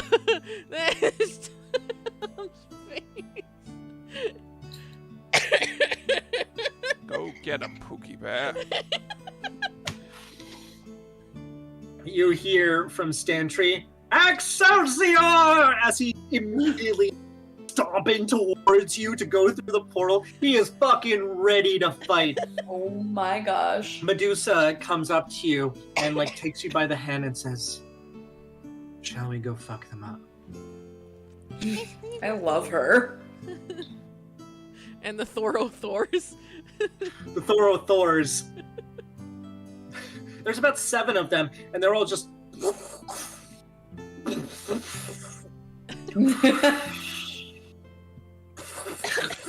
Is that like wind and lightning Amazing. noises? Yeah, wind and lightning noises. It's just wind and lightning noises. They're not speaking any intelligible language. But you see a gnome servant sort of looking up at them and goes, Yes, memes. Move on. Okay, so that was incredibly successful. Yeah. Fuck. God damn it. Okay, what are the rest of you doing? I would like to set up whatever thing those kobolds had that was letting out fire and put it around the edge of the entrance that connects where the adventurers are right now. So that mark common on the room? map where you want to put that. But first of all, you're gonna have to convince some because you approach them with your mass oozy self, and you approach them, and they're like, "Hey, get back! What do you think you're doing?" Though I didn't expect this much difficulty making a character who doesn't speak. I'll motion with my skeleton like adventurers and then point and be like that way, and then I'll point to the thing, like the machine, and point to the spot beside the entrance, and then motion like adventurers come in. Whoosh! Make a charisma check. Okay.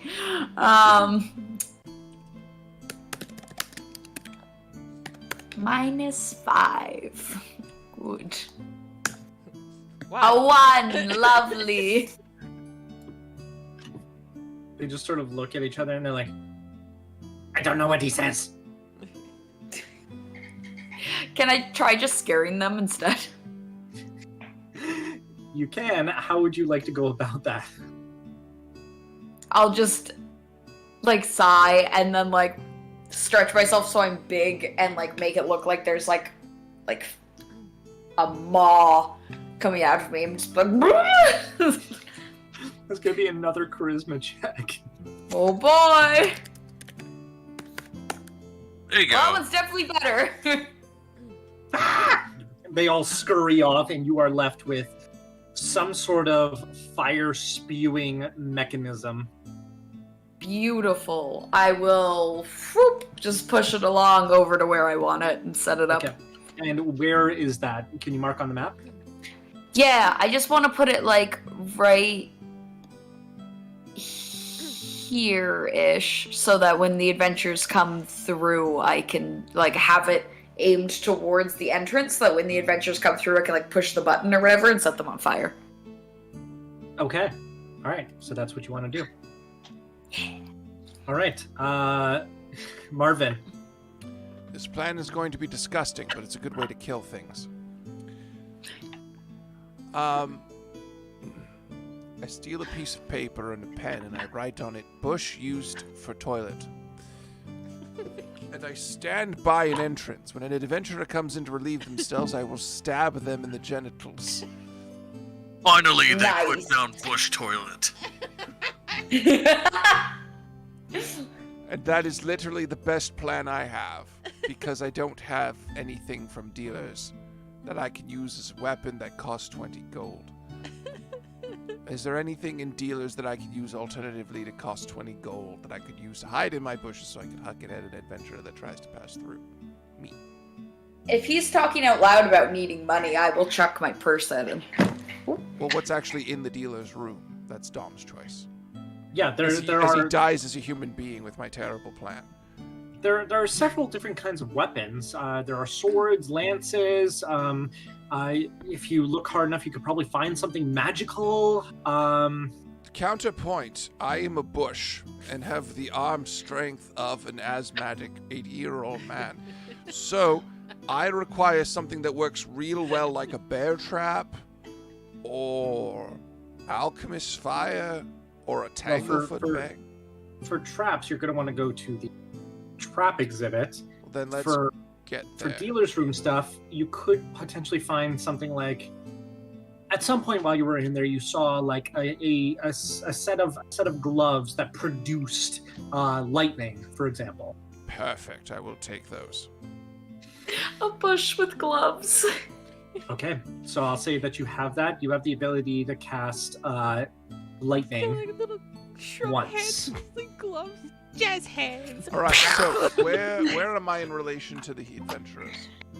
So you went back up to the dealer's room. So you're up on the second floor. Yes. Currently, the adventurers are here, here, and here. Very well. Although there is an update. They have moved if Roll20 will let me move.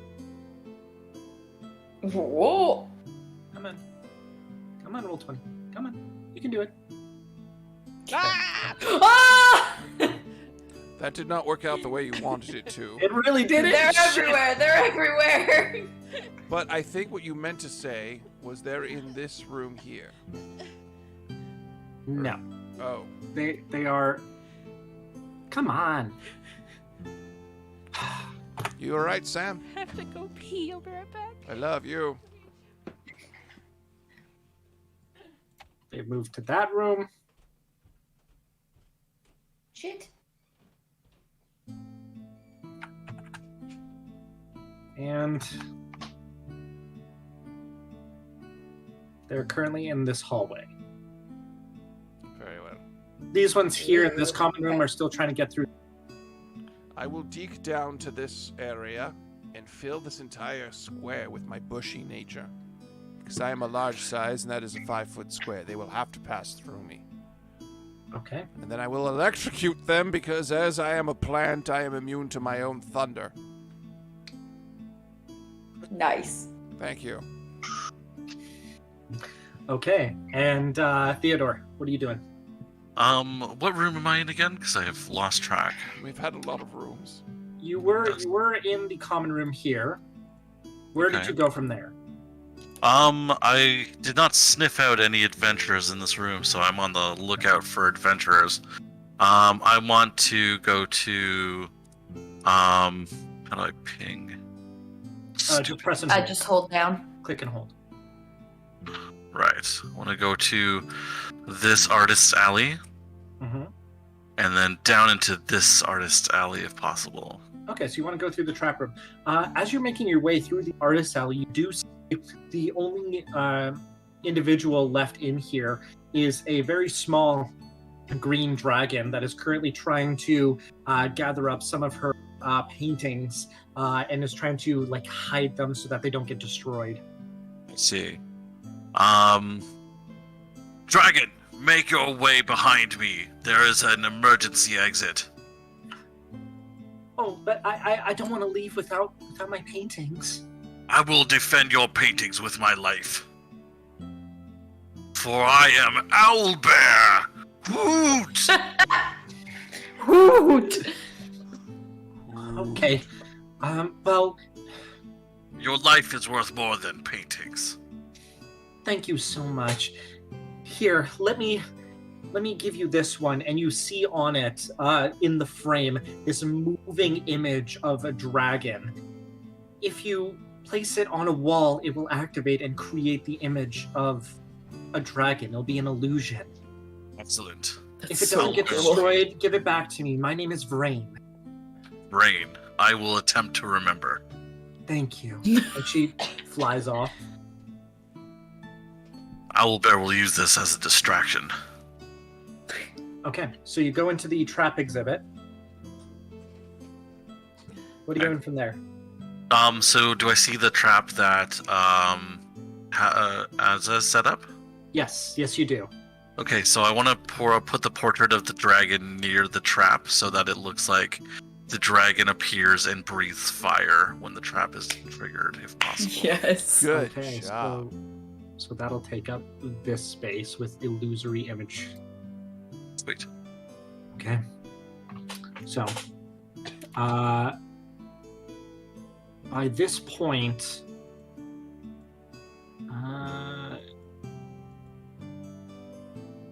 Willow, your company, your group, Yeah. will have progressed down to this common room as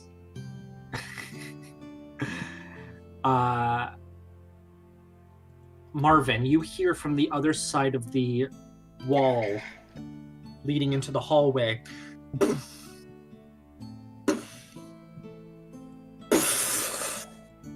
As the wall explodes from sheer impact, as the adventurers break through the wall. You are currently faced with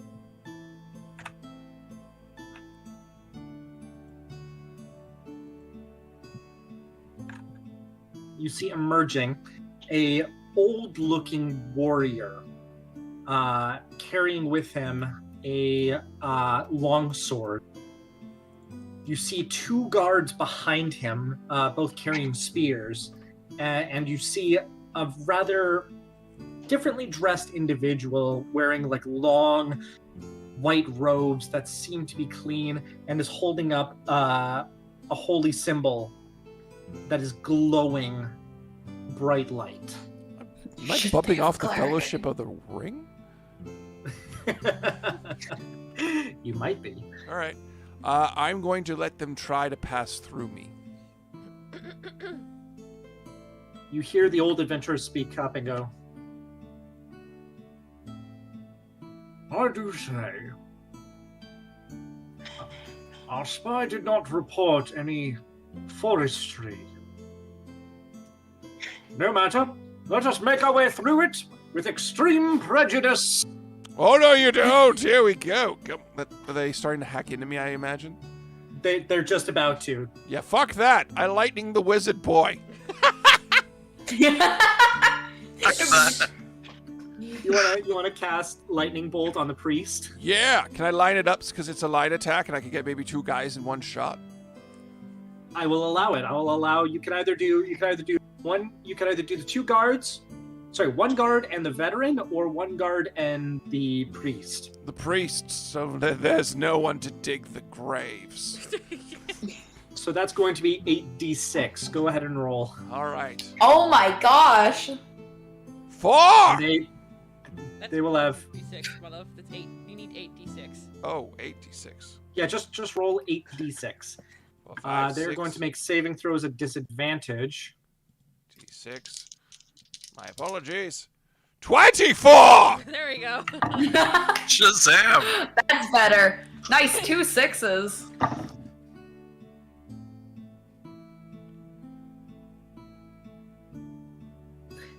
Dom, you can stealth roll, or you Is can he just tell us dead? the outcome. Did I murder your old man? Is he dead? Oh, you were going for the veteran? I thought No, you the said you were No, going he for said the priest and the guard. No, the priest. Oh, the priest and the guard. So you absolutely obliterate one of the guards Yeah. Ow! without any contest, Mhm. without any, because both of them failed. The priest gets struck by this lightning that bounces off the first guard Mhm. and is looking in incredibly bad shape, but is still up. Where's your god now, man? I need you to roll for initiative. Shit! Oh, fuck. Where would that be? On. It's 1d20 plus your dex bonus. Oh no, that's bad. Oh no. 1d20 minus 1. Good things are worth waiting for. So you are going last in the initiative order. Die like this. The veteran is going to approach you and going to do a multi-attack with his longsword.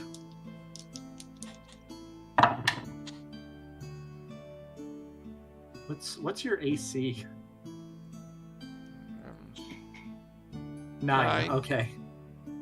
Why did you pick a shrub? I thought it'd be funny. It is. Why did you go into combat with a shrub? I thought my moxie would carry me through the day. Both of those are going to hit. Yeah. I said Oh, never no. Right in my moxie. Good thing you ate that fruit, though. We'll see. That's 11 points of slashing damage for both attacks. Oh!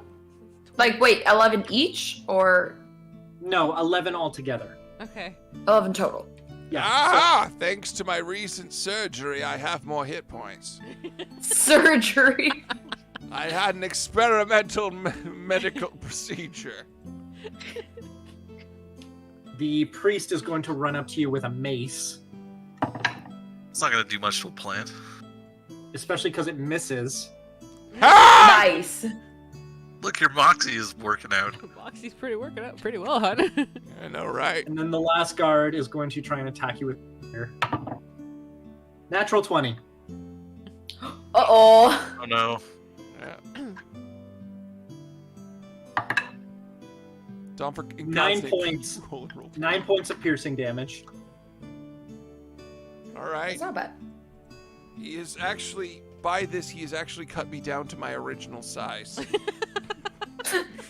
You've been trimmed. I've been trimmed back into a small shrub Been pruned. and pruned, but I still have the gloves. Now it's just a tiny little shrub with little hands. They just sheer. It's like it's like if Plankton was in a mech and SpongeBob just karate'd all of it, and everything except Plankton was there. You just see me there, just kind of back to my normal small size. I'm just like, oh no, I'm dead, blah. Nice. This potted plant just falls over onto the ground. Are you? Yeah, because it's your turn. What are you doing?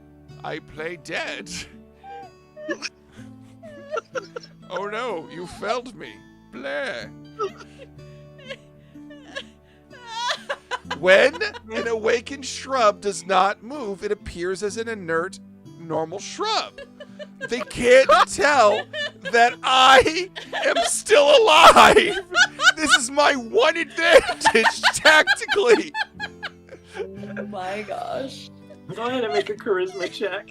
There's no check. It's just what happens. I know, but I want to see how well it happens. While the shrub Roll it. remains motionless, it is indistinguishable from a normal shrub. I hear you. I hear you. But you won't let Roll me have with it. advantage. Roll with advantage. Oh, advantage, yeah, Just yeah, roll twice, yeah. honey. There's a charisma save of -2, you son of a boot. 1 and 2. Oh no! My kingdom and my cuppeth runneth over. They look at you as you remain motionless, and they're like, "Huh. Well, that was quite easy. Who could expect any less from a helpless little shrub?" And they start moving on. Cool. When the back's turned to me, I shoot the old man who said that in the back. I think you're not going for the priest who's almost dead. Well, hang on. Is it lined up so I can get him and the priest? You could get all three. Then I line them up and shoot them in the back. Never experienced such bushy power. Roll. roll your fucking damage. I gotta make dexterity saves for all of them. And they would have disadvantage because they didn't see Yep. it coming. And Yep. I did 25 damage. My gosh. The priest saves, but he's fucking dead anyways. That's a nat 1 for the other guard. He's dead. Oh my god. And let's see, the veteran. This is so dumb. Did I What do you get? Another nat 1? Did I get him? Did I get him, Tom? These adventurers walk right past you. You laying down, just hold up the glove and just shoot it and obliterate all three. Nice. Can I walk up to the old? Can I Amazing. walk up to the old warrior as he's dying? Yeah, and he's look- like just about to die, and he's like, The old woman was harder. and that's the last thing he hears. Amazing. Well, What the hell, man? I am worth 10 XP. I have done more than any awakened bush ever did in any campaign. For the record, audience, I told Mike to prepare an extra character or two in case his fucking awakened shrub died. You can't kill what can't die. Going back to I'm going to relax now. I did good. Azza and Theodore, very similar The wall dividing the two rooms is broken open. You see stepping through two gentlemen in full. One gentleman in full plate armor, a knight. You see a man in studded leather carrying a shield, a gladiator, and accompanying them is a brown bear. Oh, one of my lesser cousins. Sorry, bear. Yeah, once they're through, I'm gonna like press the button and set them on fire. Now, with the illusory image of the dragon that was brought with this painting that Theodore brought, first of all, you're going to roll damage as if you're casting a 4th level fireball. Okay. And instead of giving advantage, you are going to re-roll once. Okay. Do I have to roll the hit or auto hit? No, they have to make a dex save. Oh, right. And what is 4th level fireball? That should be 4d10, I think. No, I don't think it's that much. It's 8d6. Okay, so you roll 9d6. 9d6. 9d6. I'm gonna make their saves. Pass. 31. Fail.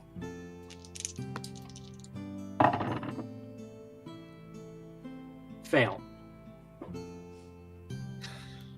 So the guy who passed takes half, right? Because that's how it Yeah. works. Yeah. Which, So they would take 2 would take 31 and 1 would take 15. yeah, the brown bear took the 15. It's still alive. Yep. Are the As other two the alive? Other two. The other two are Damn still it! alive. Go ahead and roll initiative. Fuck. Dinner is here, and it is well done. They rolled a nat 20. Son of a bitch. I got a 3. Hold on, I actually have a plus on this one, I'm pretty sure. Yes, 1. Great. Haha! Fear my 13. Give me 1 second. I just need to do some math. That actually very much so evened out the fight. Unfortunately for you, the trap crumbles from poor kobold quality. Damn it.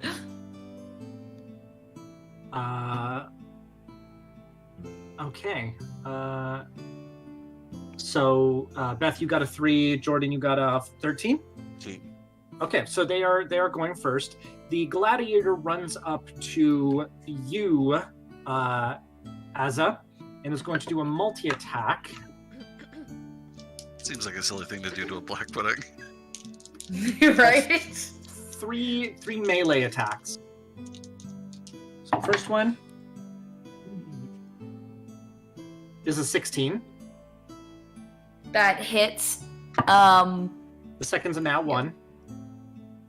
Does not The hit. third one is higher than 16, so it will hit. So that is with his spear, so it's 2d6 plus 4.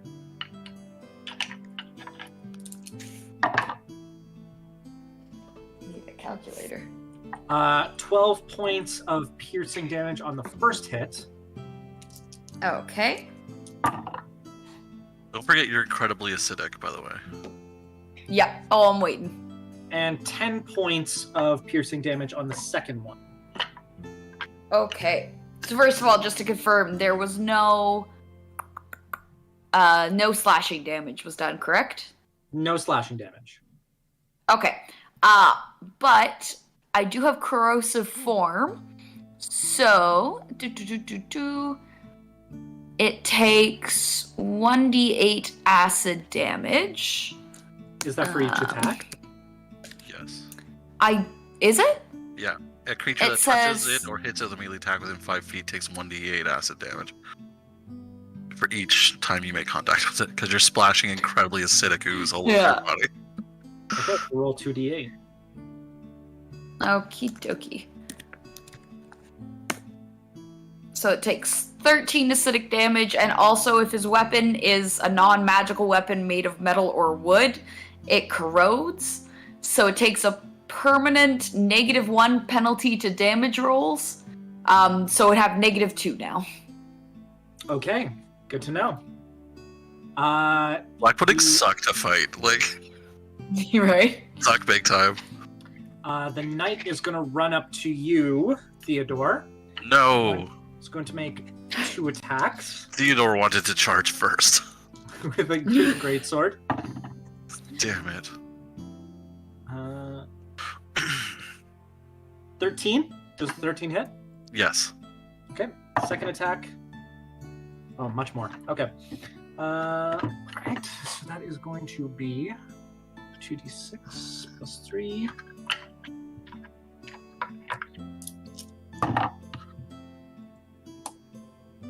$12 points of slashing damage on the first one. And 6 points of slashing damage on the second. And then the bear is going to run up to you, stop, tilt its head, and just sniff. Cousin. It's a little confused. Yeah, no, I understand. Okay. That would bring us to Jordan. So I'm going to ignore the confused bear for now, and I'm going to attack the man who attacked me just now. Okay. So I'm going to roll to hit. I have multi-attack, so I make 2 attacks, one with my beak and one with my claws. Okay. So I'll do my beak first. All right. So I'll roll 1d20 Plus 7. plus 7 for 15. That misses. Okay, so then my Wow. second attack will be the same 1d20 plus 7. This gentleman is in full plate armor. So 19. Ooh, nice. That does hit. Okay, so that would be 2d8 plus 5. Yep.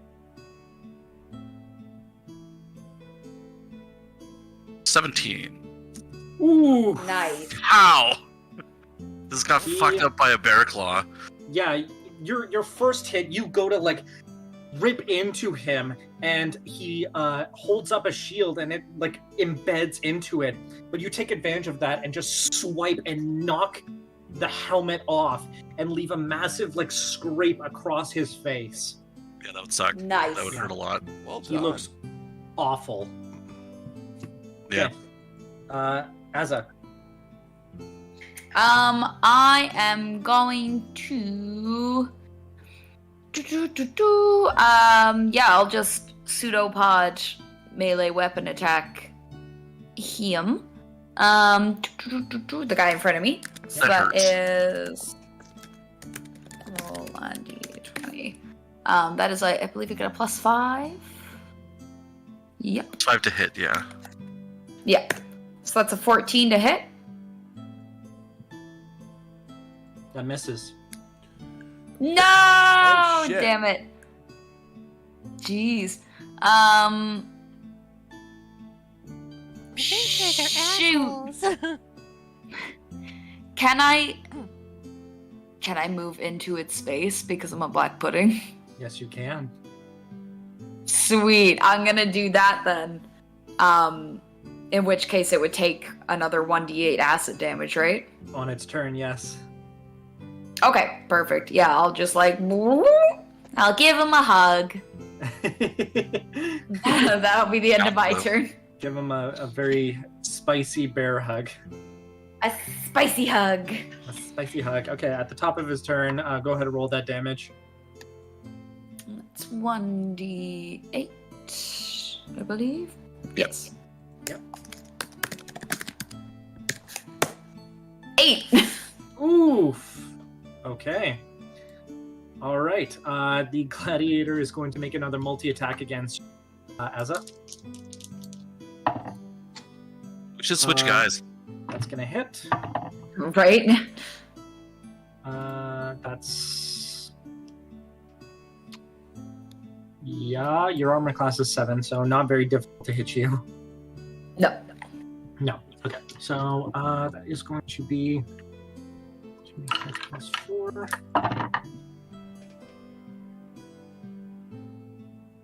Nine points of piercing damage on the first one, and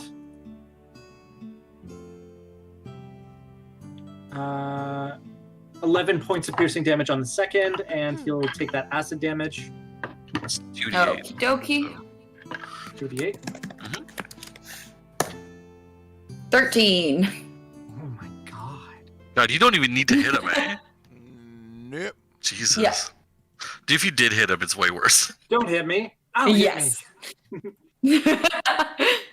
The knight is staggering, but he's going to go in for a multi-attack against you, Theodore.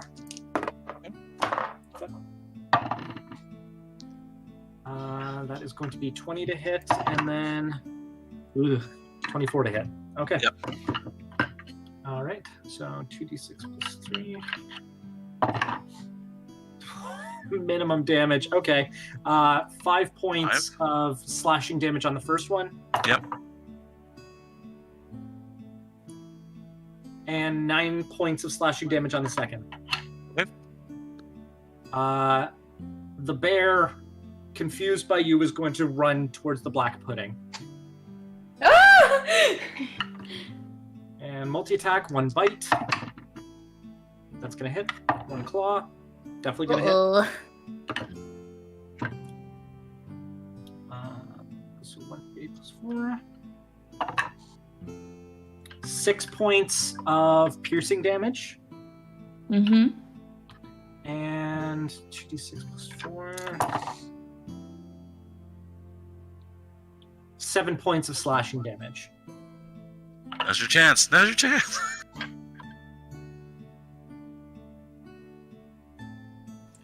So slashing damage. So first of all, he'll take 2d8 from those attacks. Helps if I'm actually taping. So he takes 11 points of damage. And I split into 2.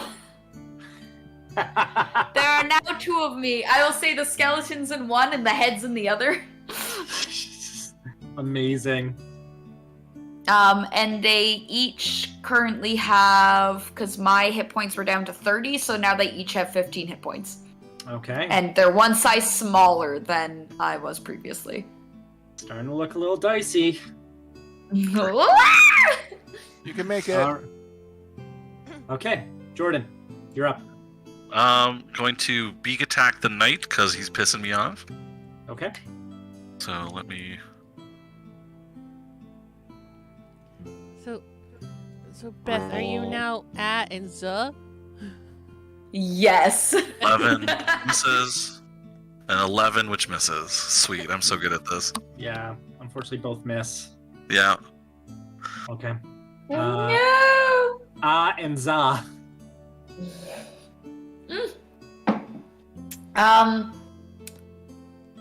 Shit. I'm gonna go.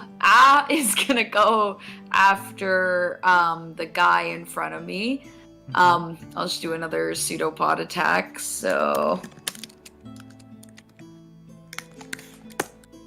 Oh, that's a 10 to hit, so that's gonna miss. Yep.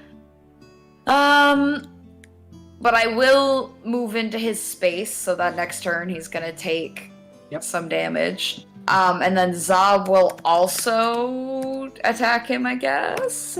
Flanking bonus for. Yeah, there is. Oh, okay, perfect. Then, so Za roll with will get advantage. advantage, I guess. Yep. First one is a 22, so I'm pretty sure I hit him even without advantage, but just in case I get a 20. Nope. Okay. So But roll a your damage. 22.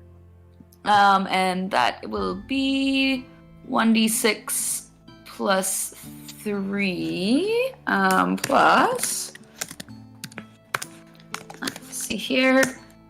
So he takes 5 bludgeoning damage and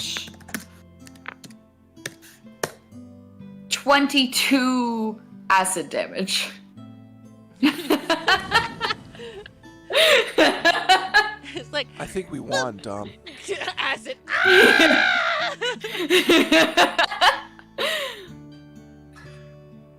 So, starting to get close to our end time here.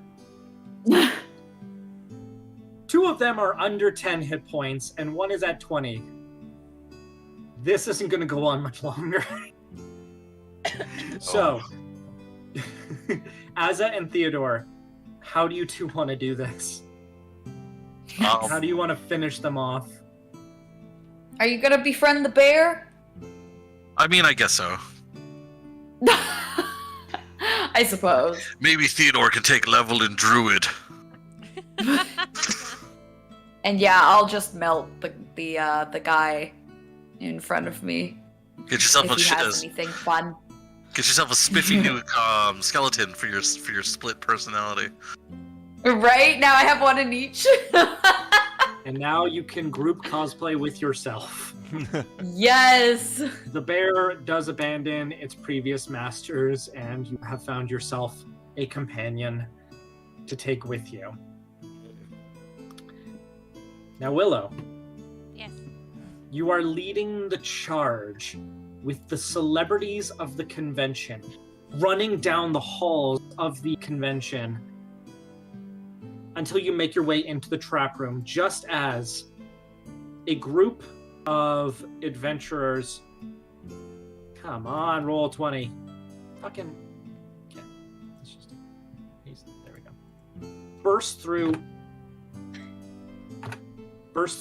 this door here.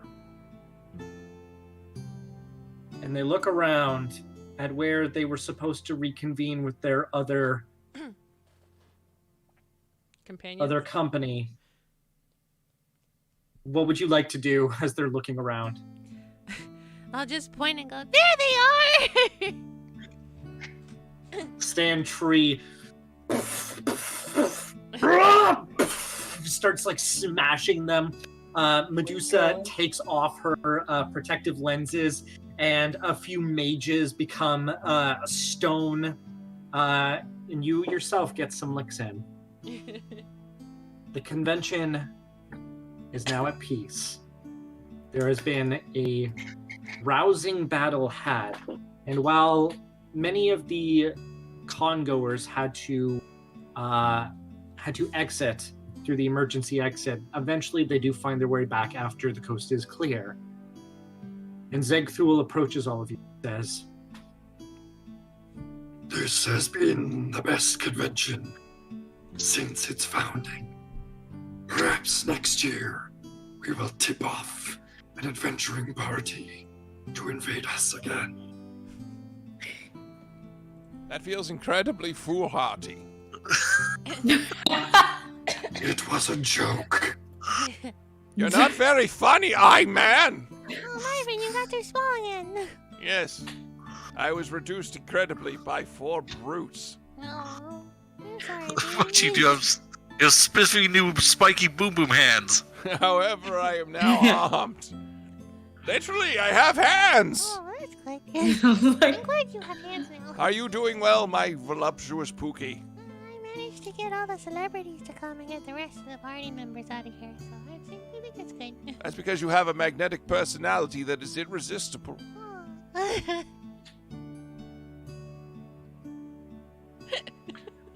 Dom, take control of this, please. yeah. Thank you again for your service. Next year, we look forward to having you volunteer. Maybe Yes, if you again. paid us, we'd come back. We did pay you. And that is where we're cutting it off. Nice. Thank you very much to my players for their ridiculous shenanigans. You're I welcome. haven't felt this drained, stressed, but also entertained since the last Maid game I was in. Glad Thank you very enjoyed much, it, Dom. Legion, for sticking with us all this time. My name is Dom. Hi, Sam. I'm Jordan. Beth. I'm Mike. We will be back next week with another episode of L5R. starting, and then following in a couple weeks at the start of September, we will be back with the Cyberpunk 2020 game. Please come and check that out. Otherwise, thank you very much for joining us, and thank you, Dom, for running the game. Thank you very much. Have a good evening. Night, everybody. No,